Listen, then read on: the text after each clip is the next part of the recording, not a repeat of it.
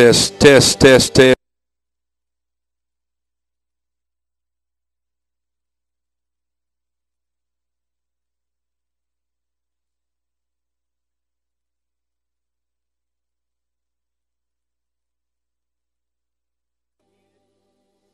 Okay, I'm off that mute there.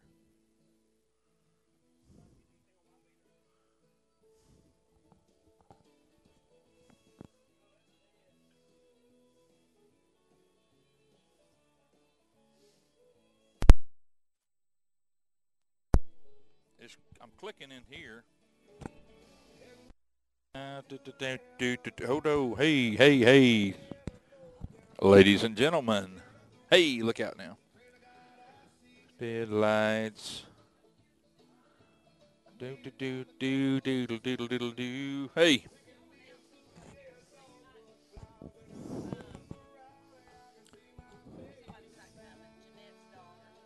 Breaker, breaker, breaker. Mama like a dragon wheel. Mock me, mama, got the way you feel. Hey.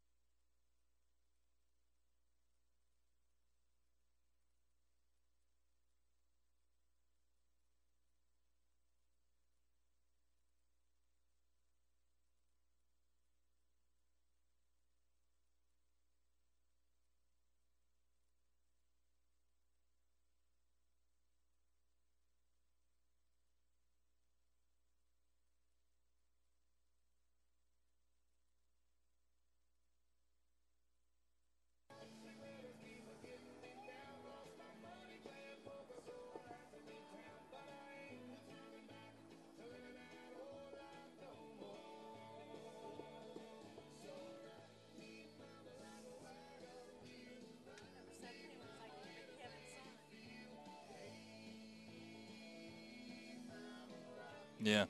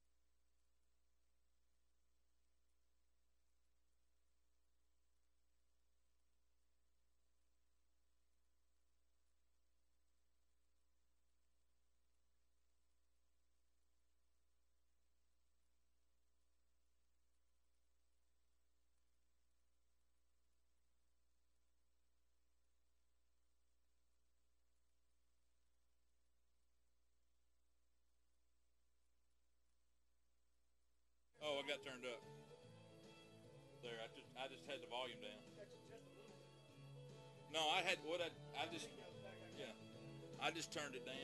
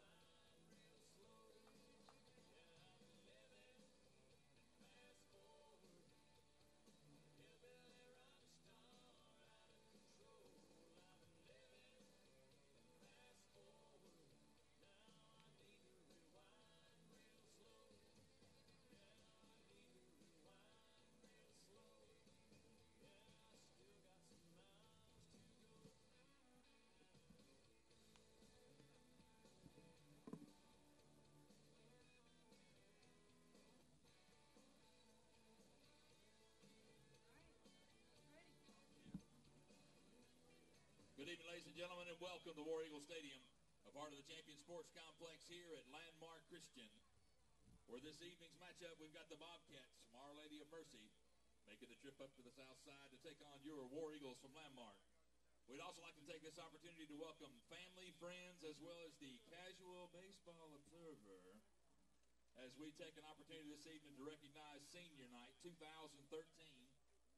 As we take just a couple of moments to recognize the senior baseball players, their parents, and acknowledge a few things about each one of the players. Before we get started, as the Landmarks team is lining up, we'd like to take an opportunity to recognize the seniors from Our Lady of Mercy. Number 7, Michael Anidi. Number 12, Thomas Smiley. Number 15, Christian Griffith. Number 17, Chris Wesley. Number 21, Justin Larkin. And number 40, Matt Frank. So once again, congratulations, seniors from Our Lady of Mercy, on having a successful baseball career there. And now at this time, we are going to start with the baseball team, announcing the senior baseball players, and then we will transition to track. If nothing else, we'll just introduce the track parents and let the track parents sprint the bases in honor of their kids.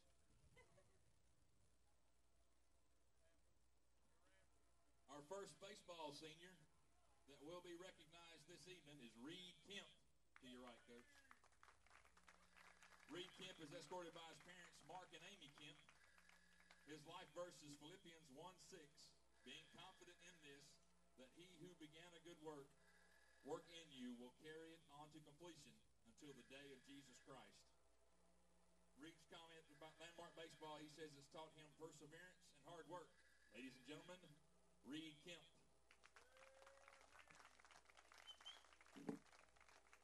The next senior is Jordan Wren. Jordan is escorted by his parents, Frank and Terry Wren. Jordan played baseball for 4 years and will be attending Samford University. His life verse is Ephesians 2:8, for it is by grace you have been saved through faith, and this is not from yourselves, it is a gift from God. Jordan said baseball has taught him to never be complacent and take advantage of every situation. Ladies and gentlemen, Jordan Wren.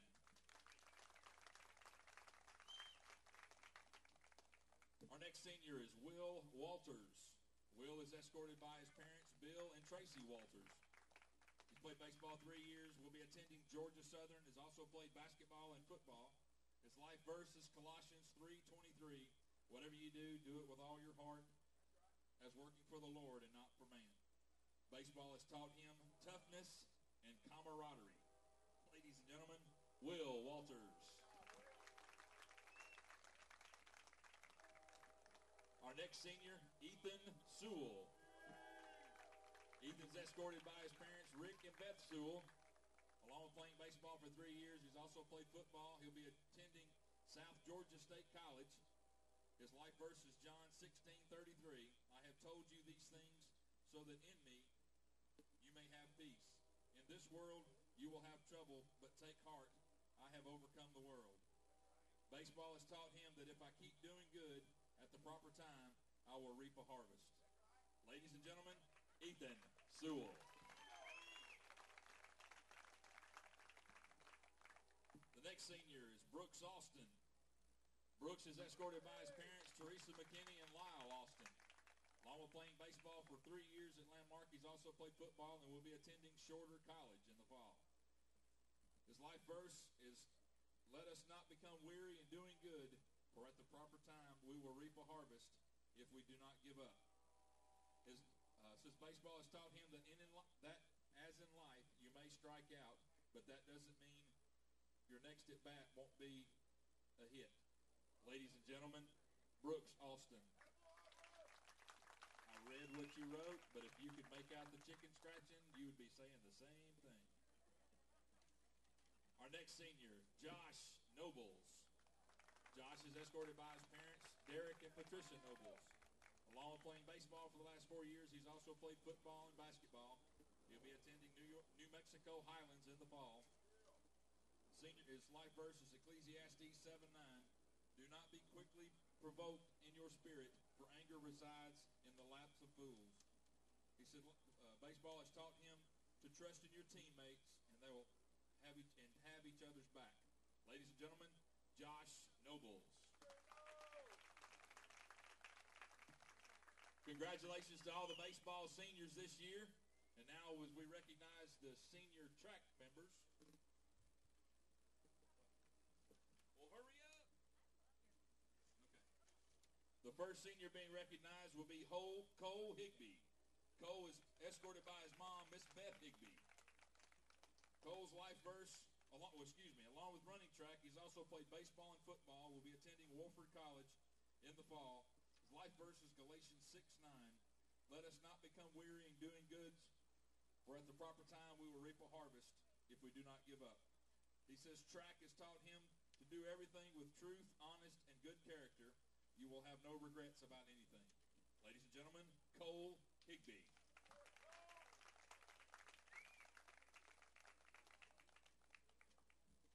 Next track runner, Mr. Greg Pulliam.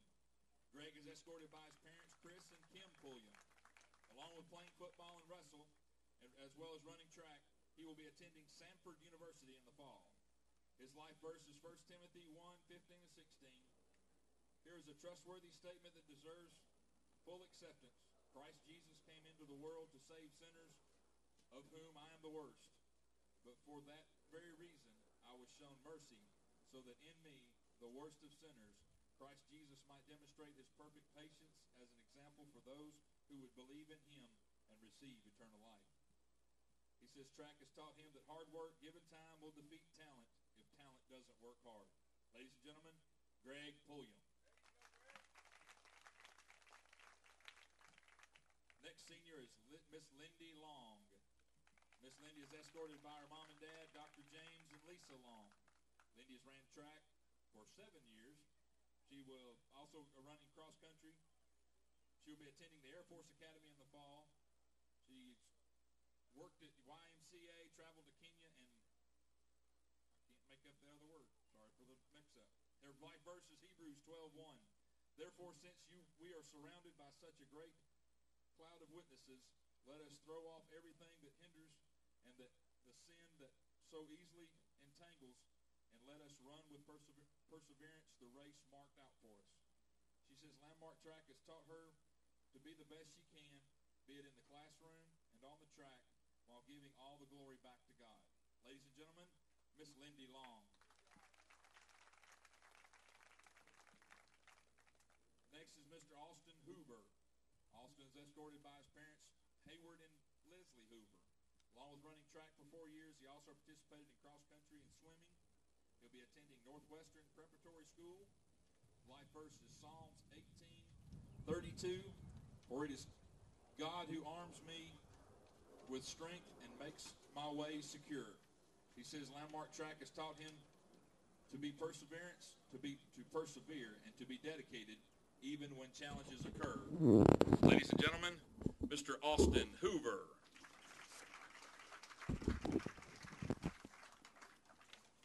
Next senior is Mr. Paul Orr. Paul is escorted by his parents, David and Amy Orr. Along with running track for 4 years, he's also participated in cross country, will be attending Georgia College in the fall. His life verse is Romans 1:16. I am not ashamed of the gospel, for it is the power of God for the salvation for everyone who believes. He said track has taught him to be thankful for those that God has put into his life. Ladies and gentlemen, Mr. Paul Orr.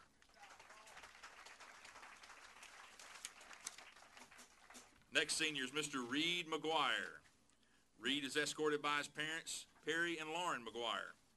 Along with running track for 4 years, also participated in football and basketball. He'll be attending the Air Force Academy in the fall. His life verse is Colossians 3:23. Whatever you do, work at it with all your heart as working for the Lord and not for humans. He said Landmark Track has taught him to run hard when it's hard to run, meaning that when life gets hard, I have to work harder. Also, Coach Thorne and Coach Ross have showed me how to live as a godly man, whether it's on the track, in the classroom, or anywhere I am in life. Ladies and gentlemen, Mr. Reed McGuire.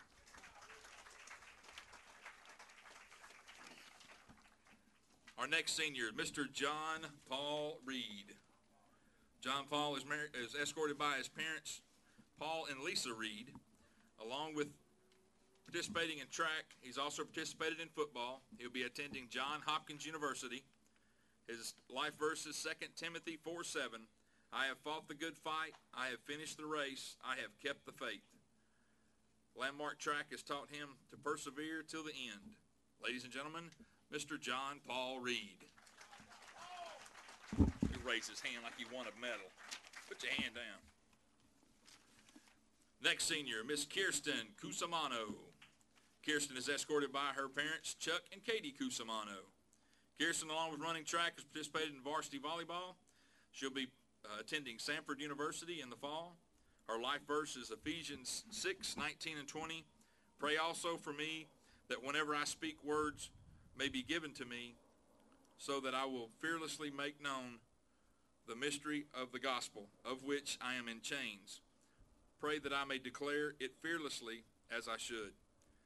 She says Landmark Track has taught her to work hard, train hard, and always persevere, because hard work, given time, defeats talent. Ladies and gentlemen, Miss Kirsten Cusimano. This is the senior that could not be here, but you're going to recognize her. Okay.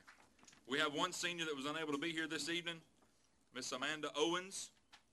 Miss Amanda, while running track, she also participated in swimming and tennis. She'll be attending Samford University in the fall. Her life verse is Psalms 34:4. God met me more than halfway. He's freed me from my anxious fears. Landmark Track has taught her that the importance of commitment. Ladies and gentlemen, Miss Amanda Owens. Let's give it up for all of our seniors with baseball and track, along with the seniors for Our Lady of Mercy. Congratulations, ladies and gentlemen, on a storied career here at Landmark. Good luck in the future. Now let's play some baseball. What?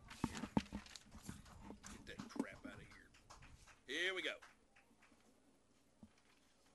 Bow, bow, bow. Bow, bow, bow.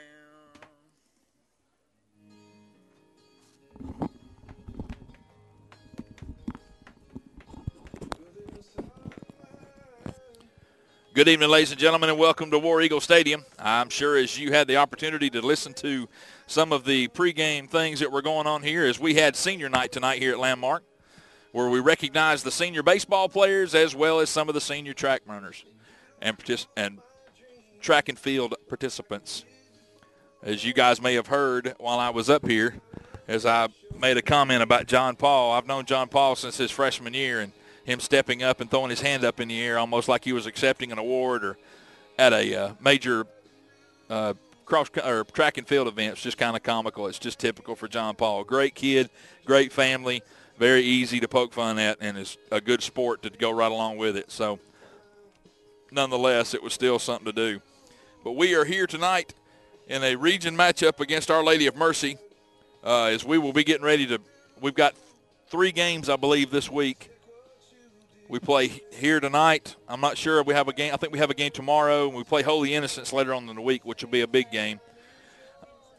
Right now we are in about number 13 seed of 16 out of the power rankings and stuff going into the playoffs for the postseason. So a couple of victories off of that would definitely help our situation, helping us move up. Tonight on the mound, who we've got starting for us is number 3, Connor Stevenson. Connor was injured a little earlier in the season with an ankle injury, but has had the opportunity to bounce back and came in and pitched a short session not too long ago and is coming in for the start tonight. So we have an exciting night of baseball set up. The weather is awesome here at Landmark. It is beautiful, as you can tell by the camera view. We are the only show in town for the night as well. So there's no soccer matches, no track events, nothing else going on. So contact your friends if you're unable to come to the ball game tonight. Tune us in. Make sure that you're able to listen in. Give us a text at 770-318-5364. Let us know that you're out there. We'd love to hear from you. Just to let us know that you're participating with us. And we're going to take a short break while we get a few little bugs ironed out, and we'll be back with you here in just a few minutes as we're trying to get things wrapped up here with the infield and everything with the teams, and we'll get the game started. Once again, Our Lady of Mercy, the Bobcats coming up from on the south side to take on the War Eagles here at Landmark, here at War Eagle Stadium, and we'll be right back with you.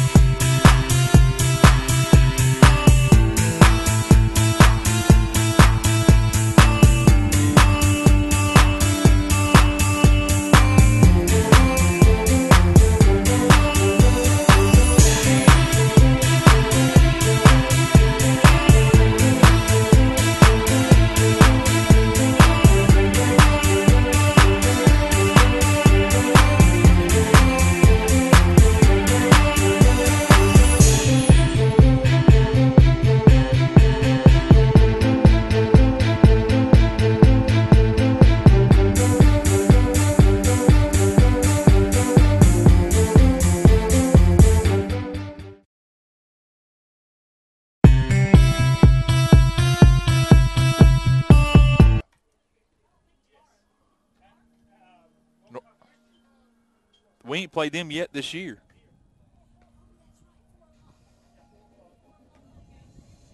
Okay, was it on the calendar? I didn't see.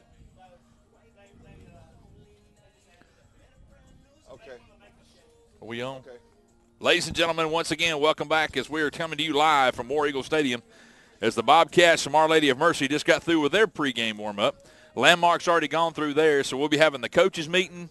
They're chomping at the bit to get things going for this evening as we have a late start this evening, 7 o'clock kickoff, so to speak. Kickoff. Even though it's 10 minutes after 8. This is Mike McKinney coming to you live along with my fearless tag team partner, Derek Nobles, sitting to my right. Fearless. That's right. And then we have the electronics executive extraordinaire, Mr. Shaffin Young, along with the sports diva, as they're barking out stuff about ball games. And yeah, supposedly we have a game tomorrow that no one knew about. Oh, no, I'm sorry, none of us knew about. Right. The ones that there'll be a lot of folks here, but this may not be the ones that are supposed to be. As the umpires are making their way onto the field, and Coach Nix, former coach at Landmark, is now the head coach at Our Lady of Mercy. Well, he's the athletic director, isn't he? I believe he is. Okay, yeah. So, and head baseball coach. Yep. So we will be, once again, exciting evening as they are in preparation of the ball game and stuff. I'm sure they'll be turning the lights on here in just a minute. It's a good scene. For those of you that weren't here or that aren't here, we had our Senior Day festivities, not just for baseball, but also for track and field. So we had about 20 parents and kids out there. Well, 20 kids and 40 parents. Right. Bunch of folks. There were a total of 14 seniors. The track and baseball. Okay. Soccer and golf and the other spring sports all did theirs at the soccer match the other evening. Right. Are you playing a game? No, I'm finishing up. Oh, boy. So tonight we just did track, and we started with baseball early because track got done with their practice, and then they all had to go shower and curl their hair. And I don't think too many of them showered. Do that kind of stuff. Well, I know one or two didn't. We will remain nameless. But nonetheless, the track folks came over here, so it was always good to see and have the opportunity of being here at Landmark for the last 8 years, and seeing some of these kids from where they come from where they came from to where they're at now, it's been a lot of fun to watch. So yeah, especially I started here when we started here when Joshua was in the 7th grade. Right. So we've been here for 6 years. So watching the boys that he played middle school baseball with, middle school football with, all grow up and just become gigantic men is always a treat. For some of them, that's true. While you're talking, if you want to or whatever, I'm going to do the formal introductions one more time, run through everything, and go through the sportsmanship announcement while the coach is doing that. So okay, all right, I'll do that. Once again, ladies and gentlemen, good evening and welcome to War Eagle Stadium, a part of the Champion Sports. So here we are, War Eagle Stadium on a beautiful Monday evening. It's about 70 degrees. You can see the flag is blowing to the left just a little bit. We've had a shakeup in the lineup. For those of you that don't know, Joshua Nobles, number 5 shortstop, broke his finger last week, so he's out of the lineup. He's actually addressing the coaches and the referees with Coach Phil. So Coach Phil is probably giving him a hard time about how he beat him and he didn't run fast enough to get away from him. But once again, beautiful evening here between the Landmark War Eagles and Our Lady of Mercy Bobcats. This is a rivalry on all fronts here. Just a general reminder, concession stand facilities, football especially. The press box, restroom facilities are located to the back of the press box. The games haven't been that close in baseball, but for those of you that remember, the football game was pretty hotly contested since it went into overtime. The War Eagles were victorious with that one. And the first game, the War Eagles took over the Our Lady of Mercy Bobcats. I think they were run ruled, so looking forward to this one. And then tomorrow, I understand at 4 p.m. Eastern, we play North Cobb Christian here at War Eagle Stadium. So that's new on the schedule. And then Saturday, we play, I think it's who do we play Saturday? I think it's. Dude, you're asking the wrong person. All right, hold on. I got to look at the Yeah, schedule. I'm not given a schedule. I'm just told where to be and what time. And he has no trouble with that, ladies and gentlemen. So. Once again, if you're out there in internet land watching us, paying attention, listening, or watching on the screen, give us a text at 770-318-5364. Let us know that you're out there. Let us know who you are, and let us know where you're texting from. Yeah, those of you that have been playing Guess Who I Am with Mike, that has not worked Yeah. well. So. I mean, I know a lot of folks, and I'm not boasting that, but I'm just saying I'm getting folks from texts from foreign area codes that I don't recognize, which is cool. So anytime, just give us a text. Let us know what's going on. But nonetheless, we appreciate you guys tuning in with us this evening. Now, we play Chapel Hill on Saturday. Yes, Chapel that's Hill. right, because that's Brooks' graduation party. We play them. That will be their senior day. That will take a while because they've got about 10 or 11 seniors. Okay. So they had the opportunity to clinch the other night, and we play Chapel Hill at 1 on Saturday at their place. Right. So at this time, ladies and gentlemen, if you could all please rise or remove your hats. So we're going to pause for the national anthem and a word of prayer. We will be right back with you. As we have the national anthem, as well as a brief word of prayer, as we're all praying before the game this afternoon.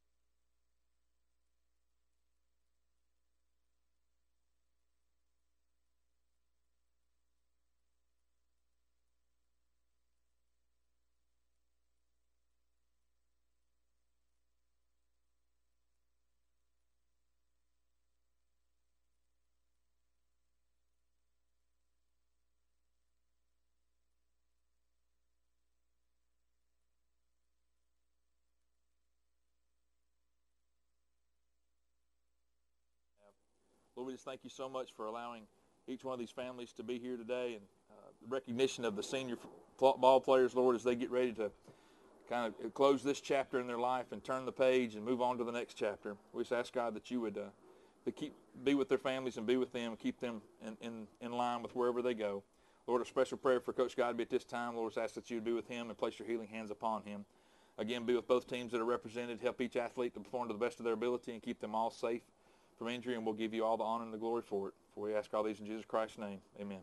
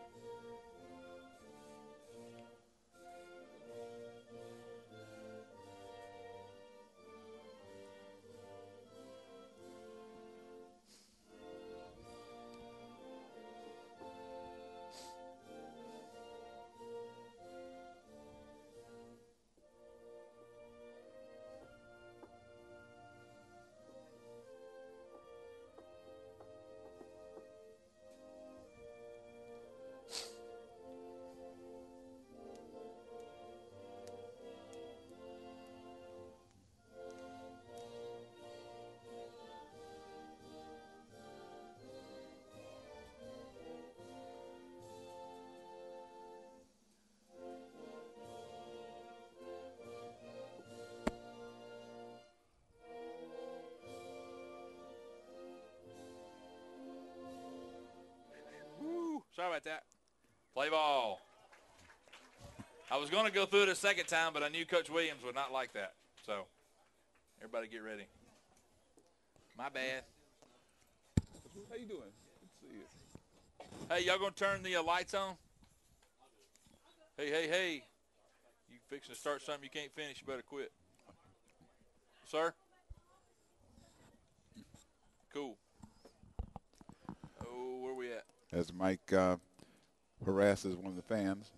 No, that's Coach Williams, his brother. No, I know. Well, he's a fan now. He is a fan because this ball game's over. No, I've got this little control thing I've set up on my iTunes, and I forgot to turn it off, and I can't remember how to do it. So the War Eagles take the field for the top of the first. Connor Stevenson takes the mound.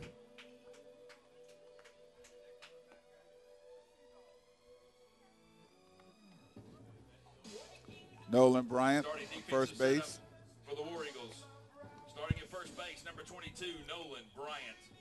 Starting at second base, number 27, Ben Baggett. Ben Baggett starts Starting at second shortstop, base. Number 24, Ethan Sewell Starting at third base, is the number shortstop. 12, Brandon Weil Starting at starts left at field, third number 25, base. Will At Walters. left field, Will Starting Walters. at center field, And number center 1, field, Jordan Wren. Starting in right field, And number 8, right Reed field, Kemp. Reed Kemp. Starting behind the plate, number As I said 10, before, Seth Young. Seth Young And is on the mound the today, catcher. earlier, number 3, Connor And Connor Stevenson, coming back from injury, will be the starting pitcher for the Landmark War Eagles.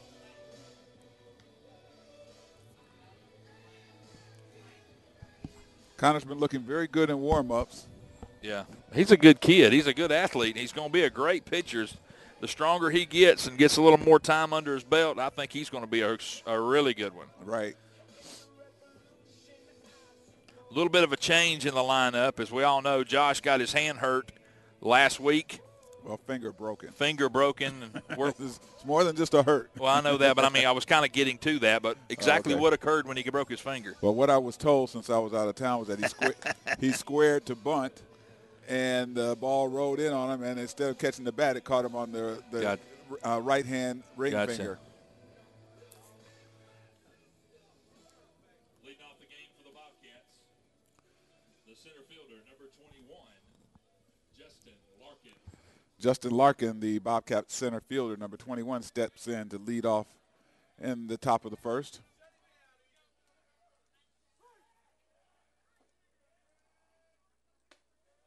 As he takes a ball one up high. Justin's got a little fastball, curveball. He's working on a change.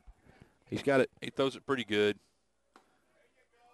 In there for a strike, inside corner, runs the count 1-1. He threw that one pretty good. Yep. He does have a little pretty good velocity on his. He's not as hard of a thrower as Baggett, but Connor is going to get there. One hopper to Wild up and easy across the infield for out number 1. Brandon Wild getting the start at third. With Josh being out with his broke finger, Ethan Sewell coming out from behind the plate to play shortstop for us. Showing his versatility.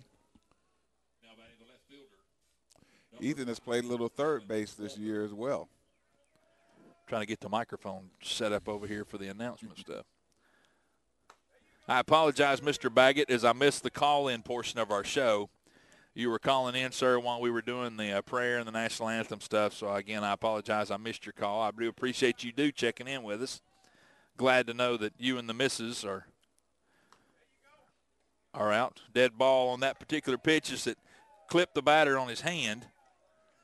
I didn't see that one. As he trots his way down to first base. So we got a runner at first with one out with Austin Loper coming up. Now batting the DH, number 11, Austin Loper. You know, I saw it hit the catcher's mitt. Well, I heard a little dud sound before it got there, and I was Okay. curious as to what it was. Okay. He gets as Walker gets his lead in the dirt. Good block by Seth, keeping the ball in front of him. Seth catching this year. I'm not sure how much previous experience he's had prior to this season, but it's obvious that he has had some training and does have a little bit of experience behind the plate. He's actually done a pretty good job. Yeah. He's had a few little hiccups here and there. As a runner goes, throw to second. Almost. Nice throw by Young.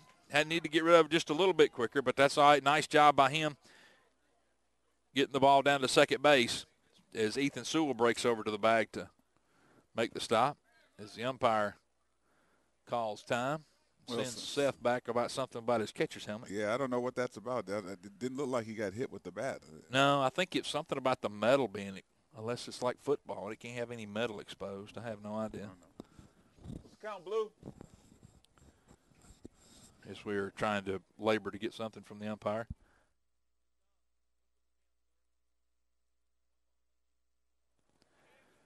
Trying to get ourselves clarified there. 1 ball, no strikes, 1 out. Runner at second with the DH, Mr. Loper, up. Loper batting in the 3-hole today for the Bobcats.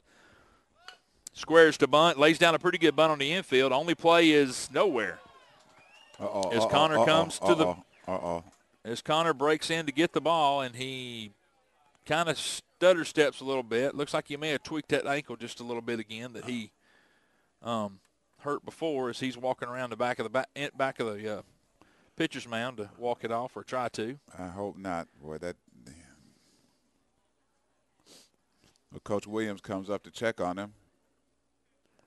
Hopefully everything's going to be okay as Coach Williams comes out to check things out. I think he's going to take a practice throw here. See what goes on with this at this point.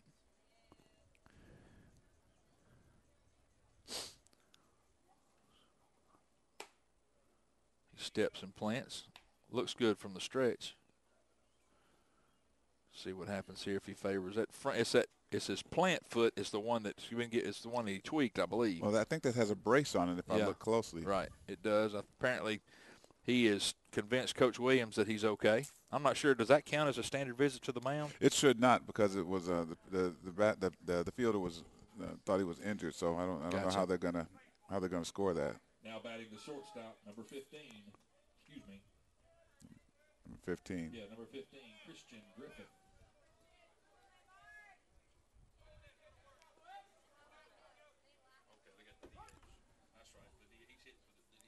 Okay. Excuse me. Rolls it. Nice turn. Good double play. Started with a 5-4-3. Brandon Wild to bend back it across to Nolan Bryant to end the inning. As I need to get myself a song. What the heck? I'm standing over. You became a spectator for all a minute of a sudden didn't there. you? Yeah, exactly.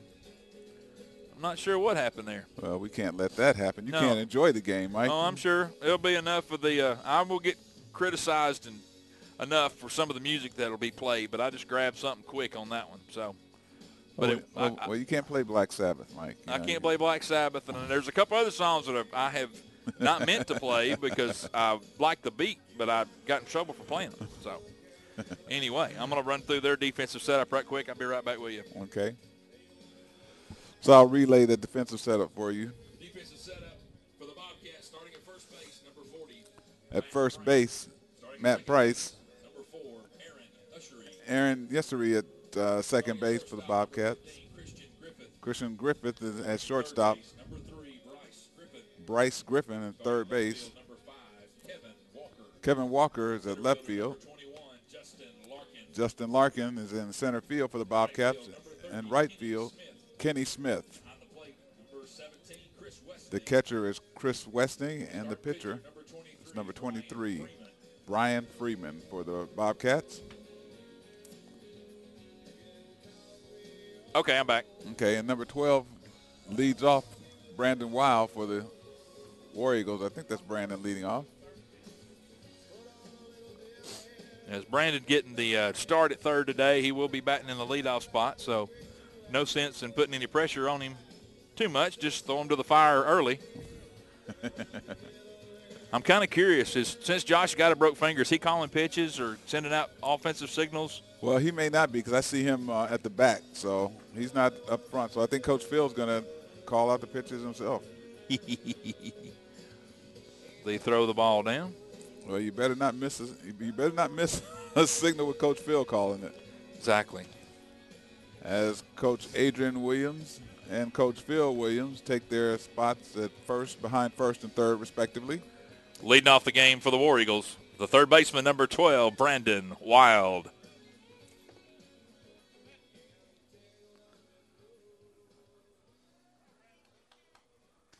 So let's see if Brandon gets something that he likes to lead off.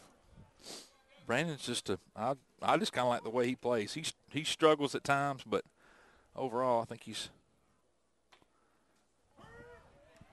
is that a fastball or a changeup? I think that was a changeup. Okay. Might have been his fastball, but it was a changeup.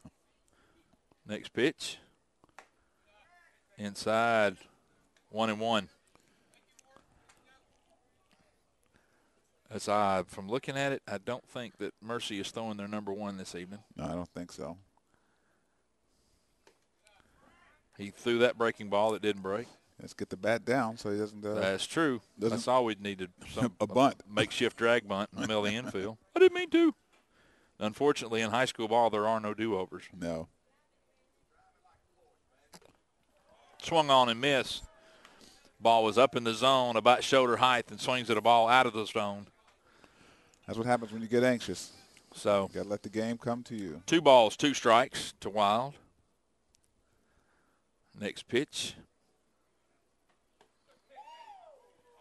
Inside, 3 balls, 2 strikes.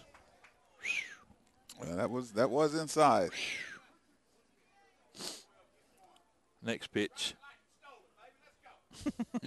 As you're hearing from the fans. Ball hit in the hole. Shortstop comes up. Long throw. Not in time. Brandon Wild's on with a base infield single. Good hustle. Third baseman made a diving attempt for it, but unfortunately not well enough. As the shortstop goes to the hole, throws across his body, but not in time. As the first baseman, number 22, Nolan Bryant, steps in for the War Eagles. This is Nolan's kind of pitcher, though. Not too fast, not too slow. And throws everything straight. Well, and he throws it high, and Nolan likes it high.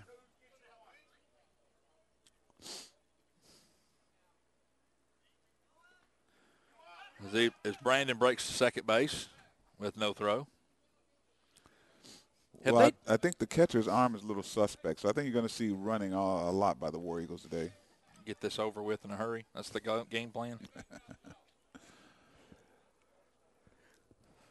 Next pitch. Ball in the dirt. Underneath him, he bounces around and is able to save it. Have they ever done a sports science on a right-handed swing and a left-handed swing? I have not seen one. And why a left-handed swing is so much more fluid and ease? It just drives me nuts. I have not seen it. Of course, there's not a whole lot I can do for this fluid except drink a lot of them. But still, I just see I've always wondered that. As Nolan takes a ball 3. And Coach Williams gives the universal sign for take.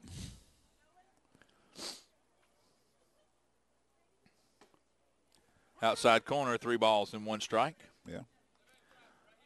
Of course, if that pitch was given the green light, he could have laced that down the third baseline and might be running for a month. Well, I don't know if Coach gave him the green light on this one. As he snatches that one foul. A little bit ahead of that.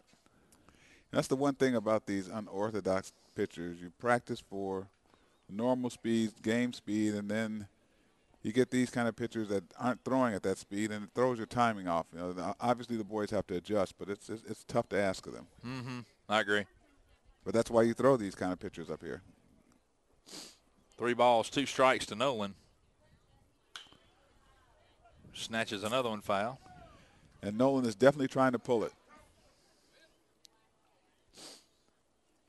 Last home game we had, we thought we were going to run out of baseballs.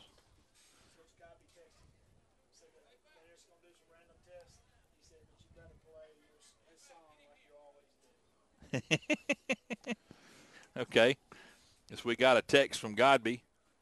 Coach Godby, in case you tuned in a little late or not quite familiar with the circumstances, as Nolan Bryant draws a walk. Coach Godby got sick earlier today and ended up having to go to ended up going to the doctor to get looked at, and they ended up shipping him to the hospital. They said they're going to run some random tests on his stomach and what have you, but you know, at the same time, whenever you don't eat normal food like most people do, that kind of runs into that kind of situation. If you're listening, Coach, the Godby, eat food, less coffee. As Ethan Sewell steps in for the War Eagles. More food, less coffee. And not barbecue sandwiches, even though they are good. As a double steal is on, ball is past the catcher to the backstop. Both runners are up, standing at the base. As Ethan squares to bunt, but then pulls the bat back and then gets out of the way, dodging it for his life. And Coach Phil gives him the normal encouragement, drive the ball. Right. So Ethan steps back in. Runners at second and third, nobody out. 1 ball, no strikes to Sewell. Ball is up in the zone, 2-0. Here's the situation, too, is will Coach Nix go to the pen, or will this be the sacrificial lamb, if that be the case? Well, of course, he may settle down here in a minute and turn into Billy Wagner. It took me a second to get my shoulder to pop, and then once it did that, then I was able to turn it loose. As Ethan steps back into the batter's box with a 2-1 count. 2 balls, 1 strike, and the pitch Swung on and missed. He was way ahead of that. 2 balls, 2 strikes to Sewell. And like you said, whenever you got a pitcher that comes in that doesn't exactly have a lot of velocity, everybody wants to jump quick, and they've got to sit back a little bit. And you're still looking for a potential fastball as Ethan gets hit by the pitch. It's a dead ball, so he takes first base. Now batting the center field. As the center fielder, Jordan Wren steps into the batter's box. It's Jordan going with the Chipper Jones high stirrups look. Jordan's going old school, huh? He's doing something. Old school with his soccer cleats. Bases loaded, nobody out. In there for a strike, 0-1. So you got the bases are juiced. Wild, Bryant, and Sewell around the horn. Ran up at the plate. Ball's in the dirt. Here comes the runner, and he scores as the other runners advance. So still nobody out. Runners at second, third. That'll go down as a pass ball on the catcher. An RBI for Jordan. Correct. So 1 ball, 1 strike to Wren. He steps back in. As Brooks Austin is in the on-deck circle. Yep. Ball is passed. Here comes the runner again, and he's in there for a run. So the catcher gets another one past him as Jordan gets another RBI. And it goes down as another pass ball. So Jordan can get a hit and clear the bases with only 1 man on. Runner at third, 2 balls, 1 strike, nobody out. Here's the pitch. As Wren rips one into right field, as Sewell comes in to score, Jordan rounds first base, as that brings up the DH, Brooks Austin. Now batting the DH, number 11, Brooks Austin. Still nobody out at the bottom of the first inning as Brooks steps in with Jordan on first. I have a sneaky feeling there's going to be at least one cut that he might come slap out of his cleats. As Brooks got a good average on the year all the way around. He's got 2 home runs. He's got a handful of RBIs. I believe I'm not sure what that signal was. I think they know Jordan's speed. They know Jordan's speed, and they know Brooks don't. Well, they know the arm of the catcher, so. I think Coach Williams is talking to Brooks and telling Brooks he's going to get Brooks to bunt. He's got the bunt sign on for Brooks. Bunt for a single. And tell the first baseman not to stand in the base path. Bunt, yeah.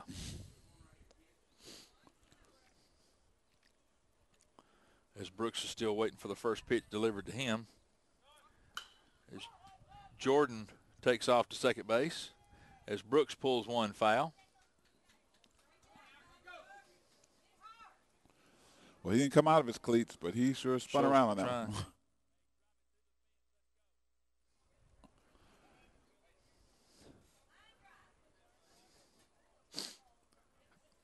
No balls, 1 strike. Jordan went on the pitch. He had a hit and run on. As Brooks pulled it foul, Jordan made his way back to the bag. He pulled it foul. He got underneath it a little bit too much there. No balls, 2 strikes. As I think Brooks is trying to tire Jordan out.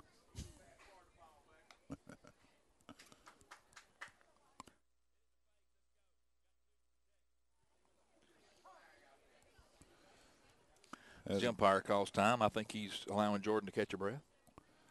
And clean off the plate so that everybody can see it. Yeah. No balls, 2 strikes on Austin. Nobody out. Jordan ran at first. Landmark up 3-0 in the bottom of the first. Jordan's off to the races again. Ball's outside. Here comes the throw, not in time as Jordan's in standing. 1 ball, 2 strikes to Austin. Yeah, that was quite a bit outside, so Brooks just let that one go. Fortunately. Brooks actually has a pretty good eye at times. It's just I'll give him a lot of grief. But the biggest thing he wants to do is win. So was that not a balk? No, second base he can't do that, right? Yeah, well, hold it. No, they called a balk.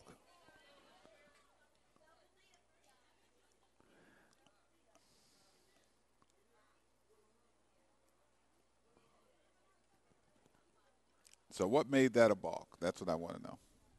Was it because he came back or what?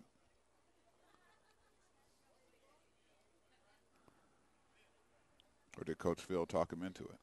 I don't know if it's Coach Phil or if it was somebody in the bleachers. As Coach Williams is. I don't think is he got a batting glove collection over there that he gave to Ben Baggett? Looks like, yeah, he's got 1, 2, 3 pairs of batting gloves. Oh. Okay, so I think he's going to get help. He may end up getting out. The field umpire saying the home plate umpire called it.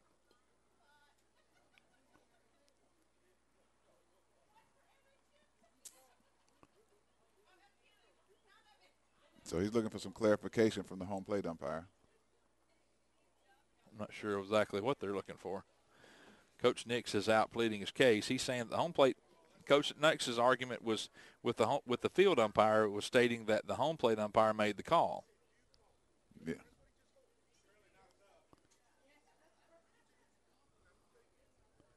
Yep, that's what it is. He's very clear. He said he told me you called it.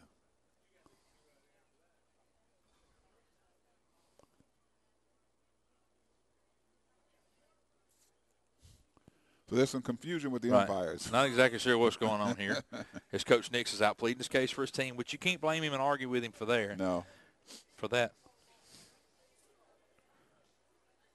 So I guess he's trying to tell him to calm down. Right. And I can understand Coach Nix's frustration. So, well, we got one ball just to kind of reset. Bottom of the first, 3-0 Landmark. Nobody out. Runner at second. The poor, the second base umpire over there. He's the field umpire. He's taking a little bit of abuse there.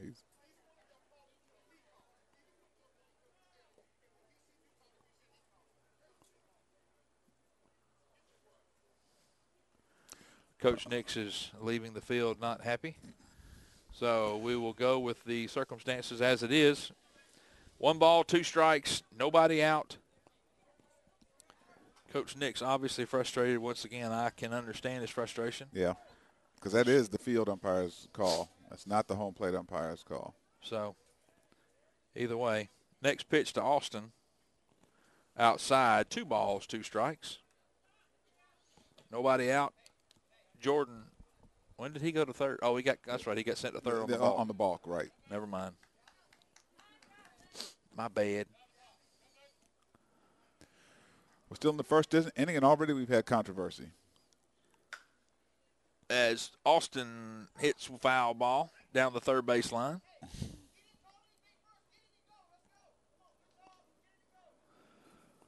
He hits that one down the line as Austin stays alive. 2 balls, 2 strikes. Brooks was halfway down the line there. I didn't. 2 balls, 2 strikes. Nobody out.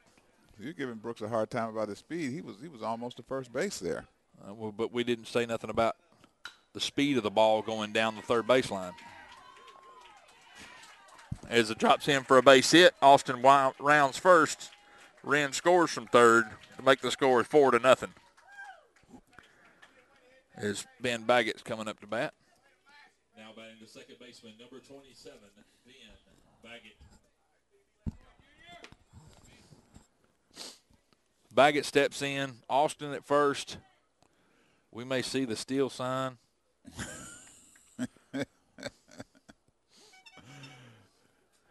As we go. Still nobody out. Well, Brooks is a threat because they're making sure That's keeping him right. close They're to the trying base. to keep him. As we get a text from the metropolis of Birmingham, Alabama, as Mackenzie Lloyd and Tanner Bryant text in to let us know that they're watching Nolan. Oh. As Ben hits one off the end of the bat, a scribbler up the middle between the pitcher's legs. Is everybody safe? Tough play there. Well, that ball had some spin on it, Yes, Mike. it did. It That hit was his glove and that was a cue shot, no doubt. Now batting the catcher, number 10, Seth Young. So we appreciate Tanner and Mackenzie texting in with us this afternoon. Yeah, it's always good to hear from Tanner. Right. Glad he's doing well. Yeah. As Seth hits one into center field, center fielder makes a play. As Brooks. You got to turn around. Exactly. Brooks draws a throw, but the throw comes back to second as he has to hustle back with one out. And Reed Kemp coming up to bat. Now batting the right fielder, number 8, Reed Kemp.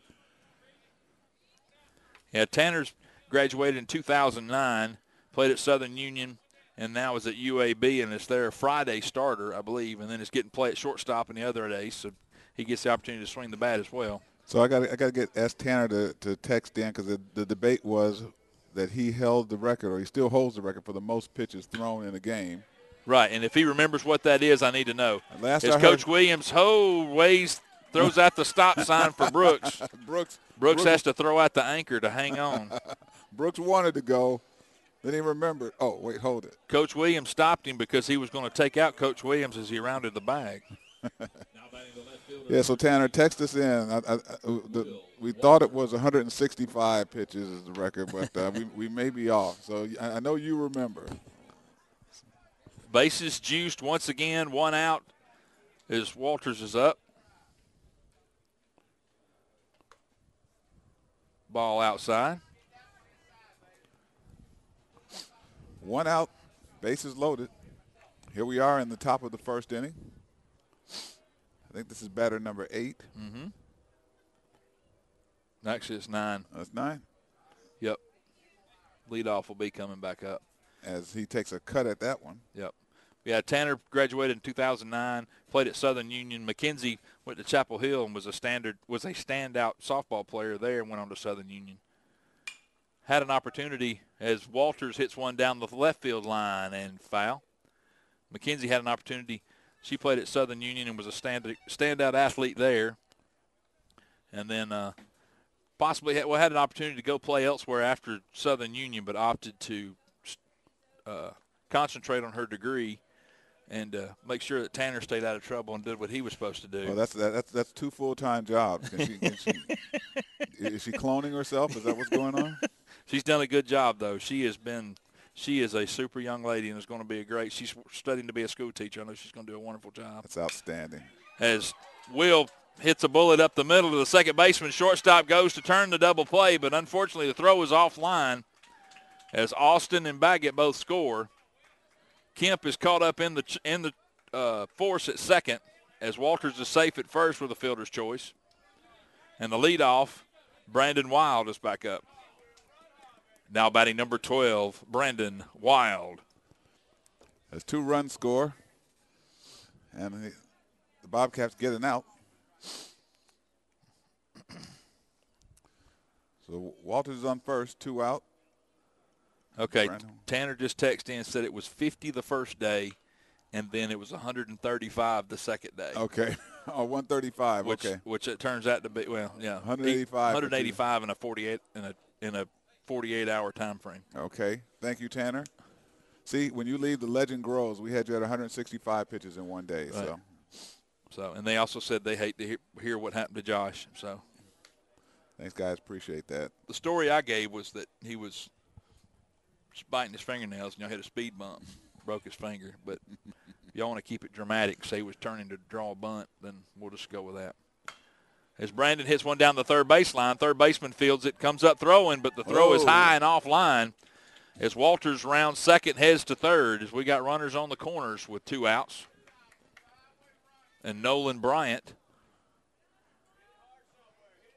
coming up to bat.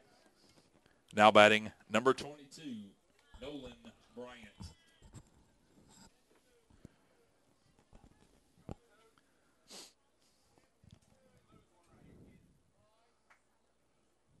Nolan stepping in.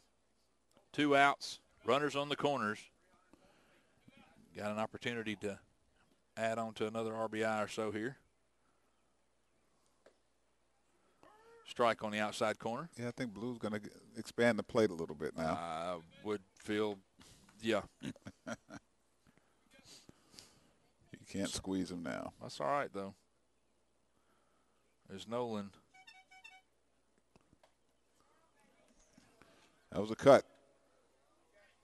On the outside, looked like he tried to pull that one, but he took a cut at that.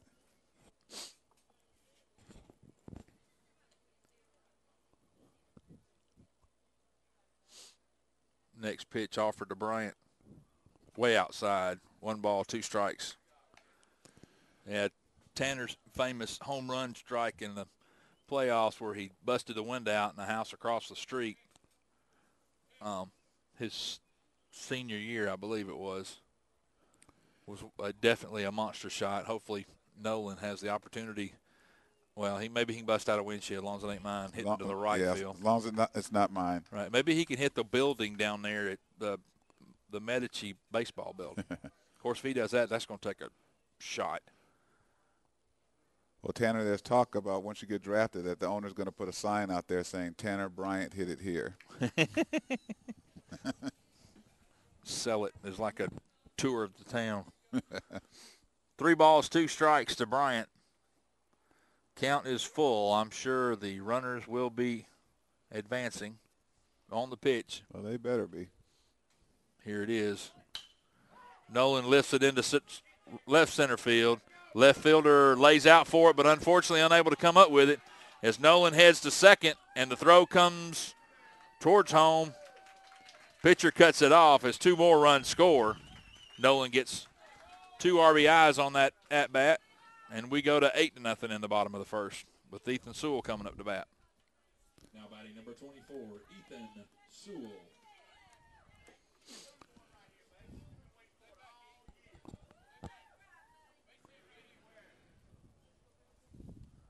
Not quite sure, again, what we're talking about, if Coach Nix will go to the – if Coach Nix is going to go to the bullpen or if this is going to be the sacrificial lamb for him for the night. Well, this may be the sacrificial lamb. What was that, about 2-3 years ago that minor league coach came out and just had a conniption on the field? He was throwing the base through the rosin bag. Who was the coach in the Braves organization. Yeah, but he was Ethan gets hit again. All right. Ethan pulling a Jeff Blauser on the evening. Well, that was a minor league, though. It was a Braves organization. It was AA or AAA. I can't remember which one it was. Now batting number 1, Jordan Wren. Just hit the wrong button. We just got another text in from the eldest Mr. Bryant, not Pops, but Ronnie. Close. That is Pops. Well, that's sort of. Ronnie said he wanted to check in before it got too far into the game. Yeah, Ronnie, good to hear you. It was good seeing you a few weeks ago, last week. Sorry. Jordan rips on one as it's high sky fly ball. Second baseman is underneath it to catch it for out number 3. But not before the War Eagles put up 8 runs. Spot 8 on the board. As Coach Nix is still not real happy about the circumstances that occurred on the balk call in the bottom of the first. So as the Bobcats come in to he got a little close to the umpire. I told you. He got a little close. He breezed right by him. I'm telling you, he is not a happy camper. He is going to let it be known. And he walks over to the dugout for Landmark. So he's talking to Coach Phil. Yeah. So he was kind of had a smirky grin on his face, and he walked over there until he started talking. So we'll see how that shakes down. Well, we go to the top of the second inning as the War Eagles have an 8-0 lead. 8 runs on 7 hits in the first inning. They did have a couple errors that allowed some of the base runners to advance. Jordan Wren was able to accommodate two RBIs last inning without ever swinging the bat because of 2 consecutive pass balls. As Connor Stevenson is still on the mound. Yeah, it's good to see him back out Yeah, there. I'm glad this ankle didn't stiffen up on him any, so we'll see how things shake down for him this inning. Yeah, that's got to be a nightmare for pitchers as if they tweak something and then they have to sit there. I don't know if they iced it or not. As Nobles is out there about to get hit by a ball. Trying to be part of the team. Leading off the inning for the Bobcats, the catcher, number 17, Chris Wesley. Yeah, the only thing I'm concerned about is like we got a text in from somebody else. Matter of fact, we've had two that just came in, and the second one sending one in maybe bring something up. I hope that balk that they called last inning doesn't cost them the game. Could make things a lot closer than what we realize. So we'll see how that shakes down. It could, but I think the score the last time we played them was 21-0. So Connor just needs to stay within himself. Yeah. Try not to overdo it. He looks like he is. Ball is lifted into the edge of the infield as Ethan Sewell does a Mexican hat dance and finally corrals it in for out number one. Well, Ethan had to make it interesting. Yeah, everything.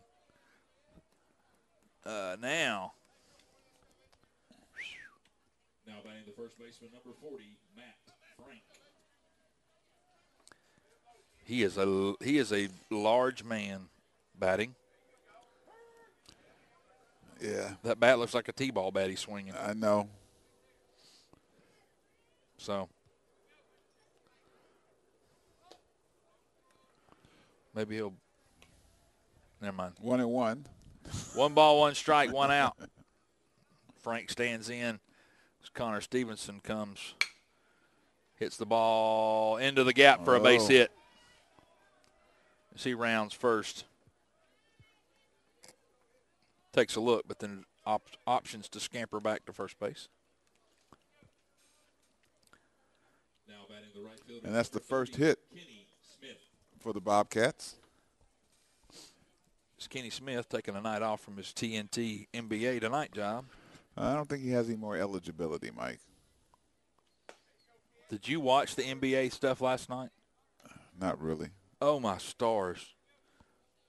Barkley is throwing everybody under the bus. Is he really? And Ernie Johnson finally had to go, okay, we're going to commercial break. Fly ball, shallow center field. Jordan Wren comes in 10 or 15 steps to catch it. I saw he Route and number Shaq. 2. I saw part of it when he and Shaq were going at it. Yeah. You know? Him and Shaq are dogging each other out, and Smith's over there shaking his head like, will you shut up? And Barkley's like, hey. I forgot what he said, but he said something last night that I just got tickled about. We were watching it when we got home. Now batting number 3, Bryce Griffin. So Bryce Griffin steps in for the Bobcats with 2 out, 1 runner at first. And Looky here. Oh, my goodness. As You know what? That's heads-up baseball. You're correct. They were not playing him to steal. As Matt Frank gets a stolen base. Ethan was playing deep. Nobody was covering second. Heads-up play by Matt Frank. You got to give him credit. I'm sure Coach Phil will let them know about it when they come in the dugout, though. Unbelievable. Next pitch.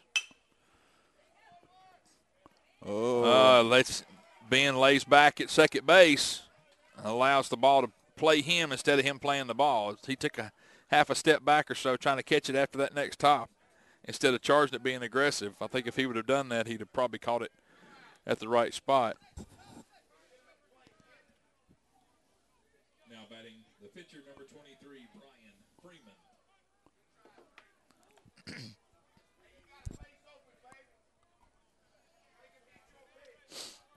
Runners on the corners, 2 outs for the Bobcats. Connor Stevenson got himself in a little bit of a deal this at the moment. See what we can do to get out of it. 1 ball, no strikes. 1 ball, 1 strike. Yeah, he throws the inside corner there. He reared back and just let that one go. You could see the grimace on his face. Mm-hmm.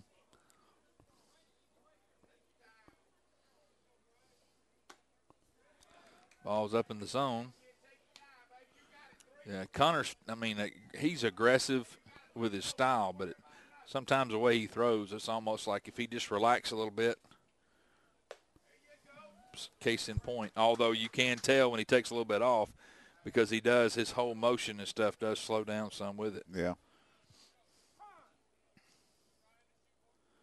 Pitch as Freeman steps out of the box to regroup, steps back in. 2 balls, 2 strikes.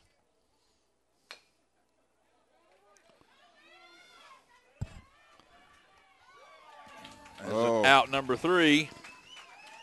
To preserve the shutout so far.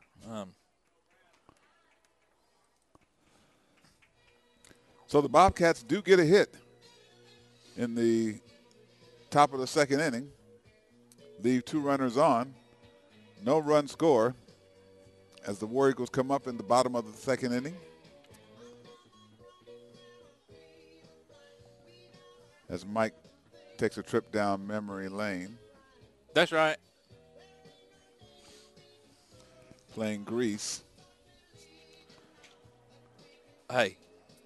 I thought, now you did the lead in high school on the yeah, Grease. That's it.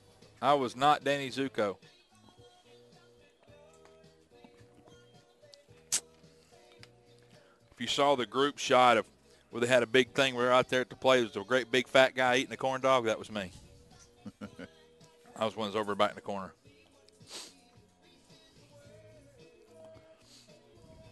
So 8-0 going to the bottom of the second.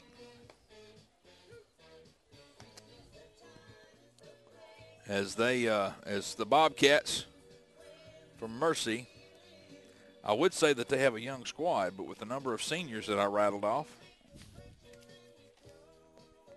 including Matt Frank, who had the stolen base last inning.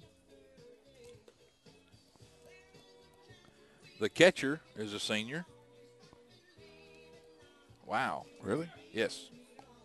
I'll run through that here in just a minute. I meant to do that a while ago, and I forgot. Leading off the inning is the DH, Brooks Austin. Leading off the bottom of the second for the War Eagles, number 11, Brooks Austin. I think Brooks got that look in his eyes like, I'm going to get a steal today, too. He can't let Frank outdo him. Let's see.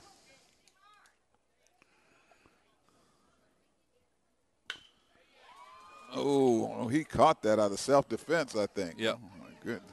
Brooks hits the ball hard on the line down the third base to the third baseman who caught it and threw him out, Mr. Bryce Griffin. Yeah, he definitely caught that out of self-defense. He's trying to protect himself. Exactly. Now batting, number 27, Ben Baggett. Let's see.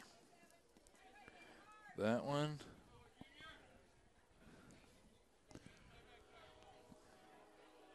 Four of the starting 9 are seniors.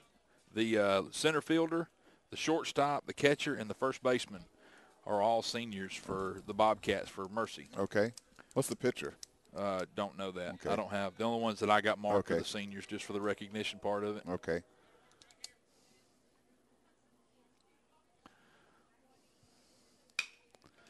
Baggett hits one. The shortstop backhands it, but he misses it. The ball rolls out into left field for I'll let you score that one. That would be an E, but I'm not going to put their errors up. You know? Okay. Chicken. Now batting number 10, Seth Young. Well, I think mostly because the error component only has 1 digit. So that's true. Baggett scampers back. Freeman trying to keep him close.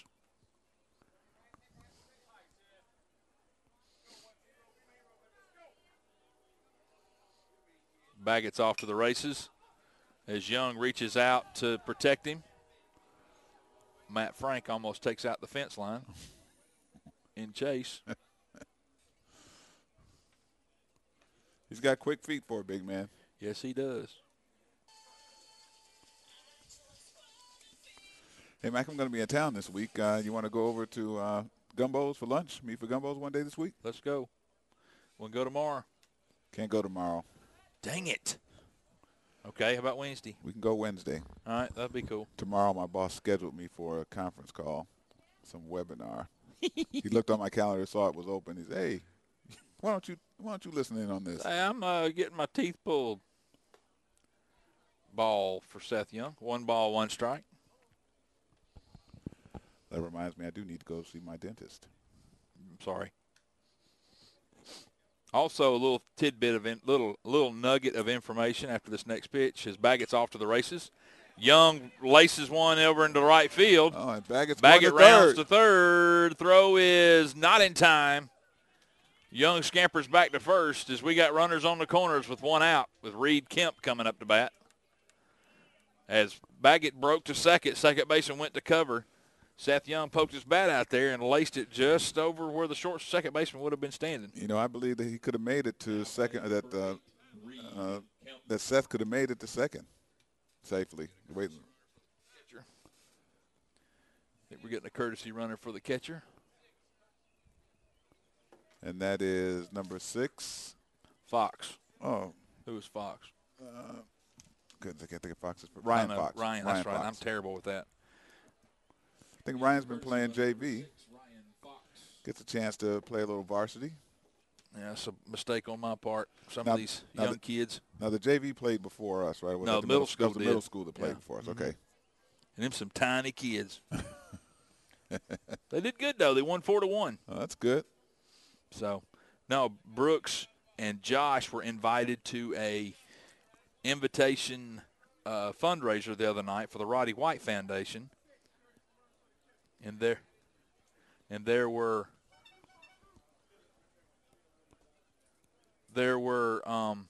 4 high school students, 2 from Pace Academy, and then 2 from Landmark, obviously being Brooks and Josh. We had the opportunity to, of course, they were invited, but me and Brooks's mom and Josh's parents had the fortunate opportunity to just kind of tag along with them. But it was for the Roddy White Keep the Faith right. Foundation, raising money for underprivileged kids, give them college scholarships. So had the opportunity at silent auction, got to meet Harry Douglas with the Falcons, met some high roller folks here in Atlanta, some opportunities to do that. We had a good time with it. So did you get your item that you bid on? You didn't get it? Did you get yours? Yep, I got it. And a base hit goes into left field for Reed Kemp as the ball rolls past the left fielder. The center fielder, fortunately, is backing him up, gets there to retrieve the ball to get it back in, to keep it Fox to second as Kemp gets a base hit with Will Walters coming up to bat. Great play to get it in quickly because Fox was going to make it to third. Will Walters. Yeah, the center fielder actually good hustle on his part to be there to back him up. So, yeah, I bid on the John Wooden 12 collage. Yeah, that was cool. And I got it. I started to bid on it. Well, that would probably been the left fielder circling the wagons, and he drops the ball in left field. Everybody moves up 90 feet. I bid on a picture of the 4 of the original Yankees from the last run they had. It was a picture of Jeter, Posada, Mariano Rivera, and Andy Pettit. But I didn't get it. The original 4 that were in the minors together. Mm-hmm. Yeah. Now batting number 12, Brandon Wild. Well, that's a piece of history. Yeah, I kind of wish I'd have got it, but I didn't. But they had some things. They had autographed NFL helmets. They had a pre-fight robe autographed by Muhammad Ali, some fighting trunks from Muhammad Ali. Yeah. A big, gigantic picture of Pele that was autographed. That was cool, him doing a bicycle kick. Yeah. And then a couple of Brett Favre autograph helmets, one from the Falcons. One from Green Bay. Had a Barry Sanders helmet, a Bobby Bowden helmet, had a Dick Butkus jersey, a Nolan Ryan jersey. Magic Johnson jersey. Had a I'm just drawing a blank. As Brandon is safe at first, everybody's moving up. Reed Kemp is safe at home. Will Walters advances to third. So on a little mix-up of defense there. Coach Nix calls timeout. Find a little walk-in music for Coach Nix. I would play the Oompa Loompa, but that may not go over very well. Be kind. Rewind. Yeah.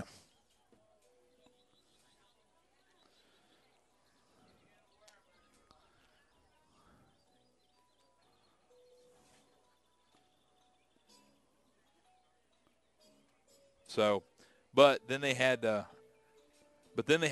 open auction that they brought in three or four items that were open bids. One of the things, I don't know if any of you guys out there watch the show America's Got Talent. But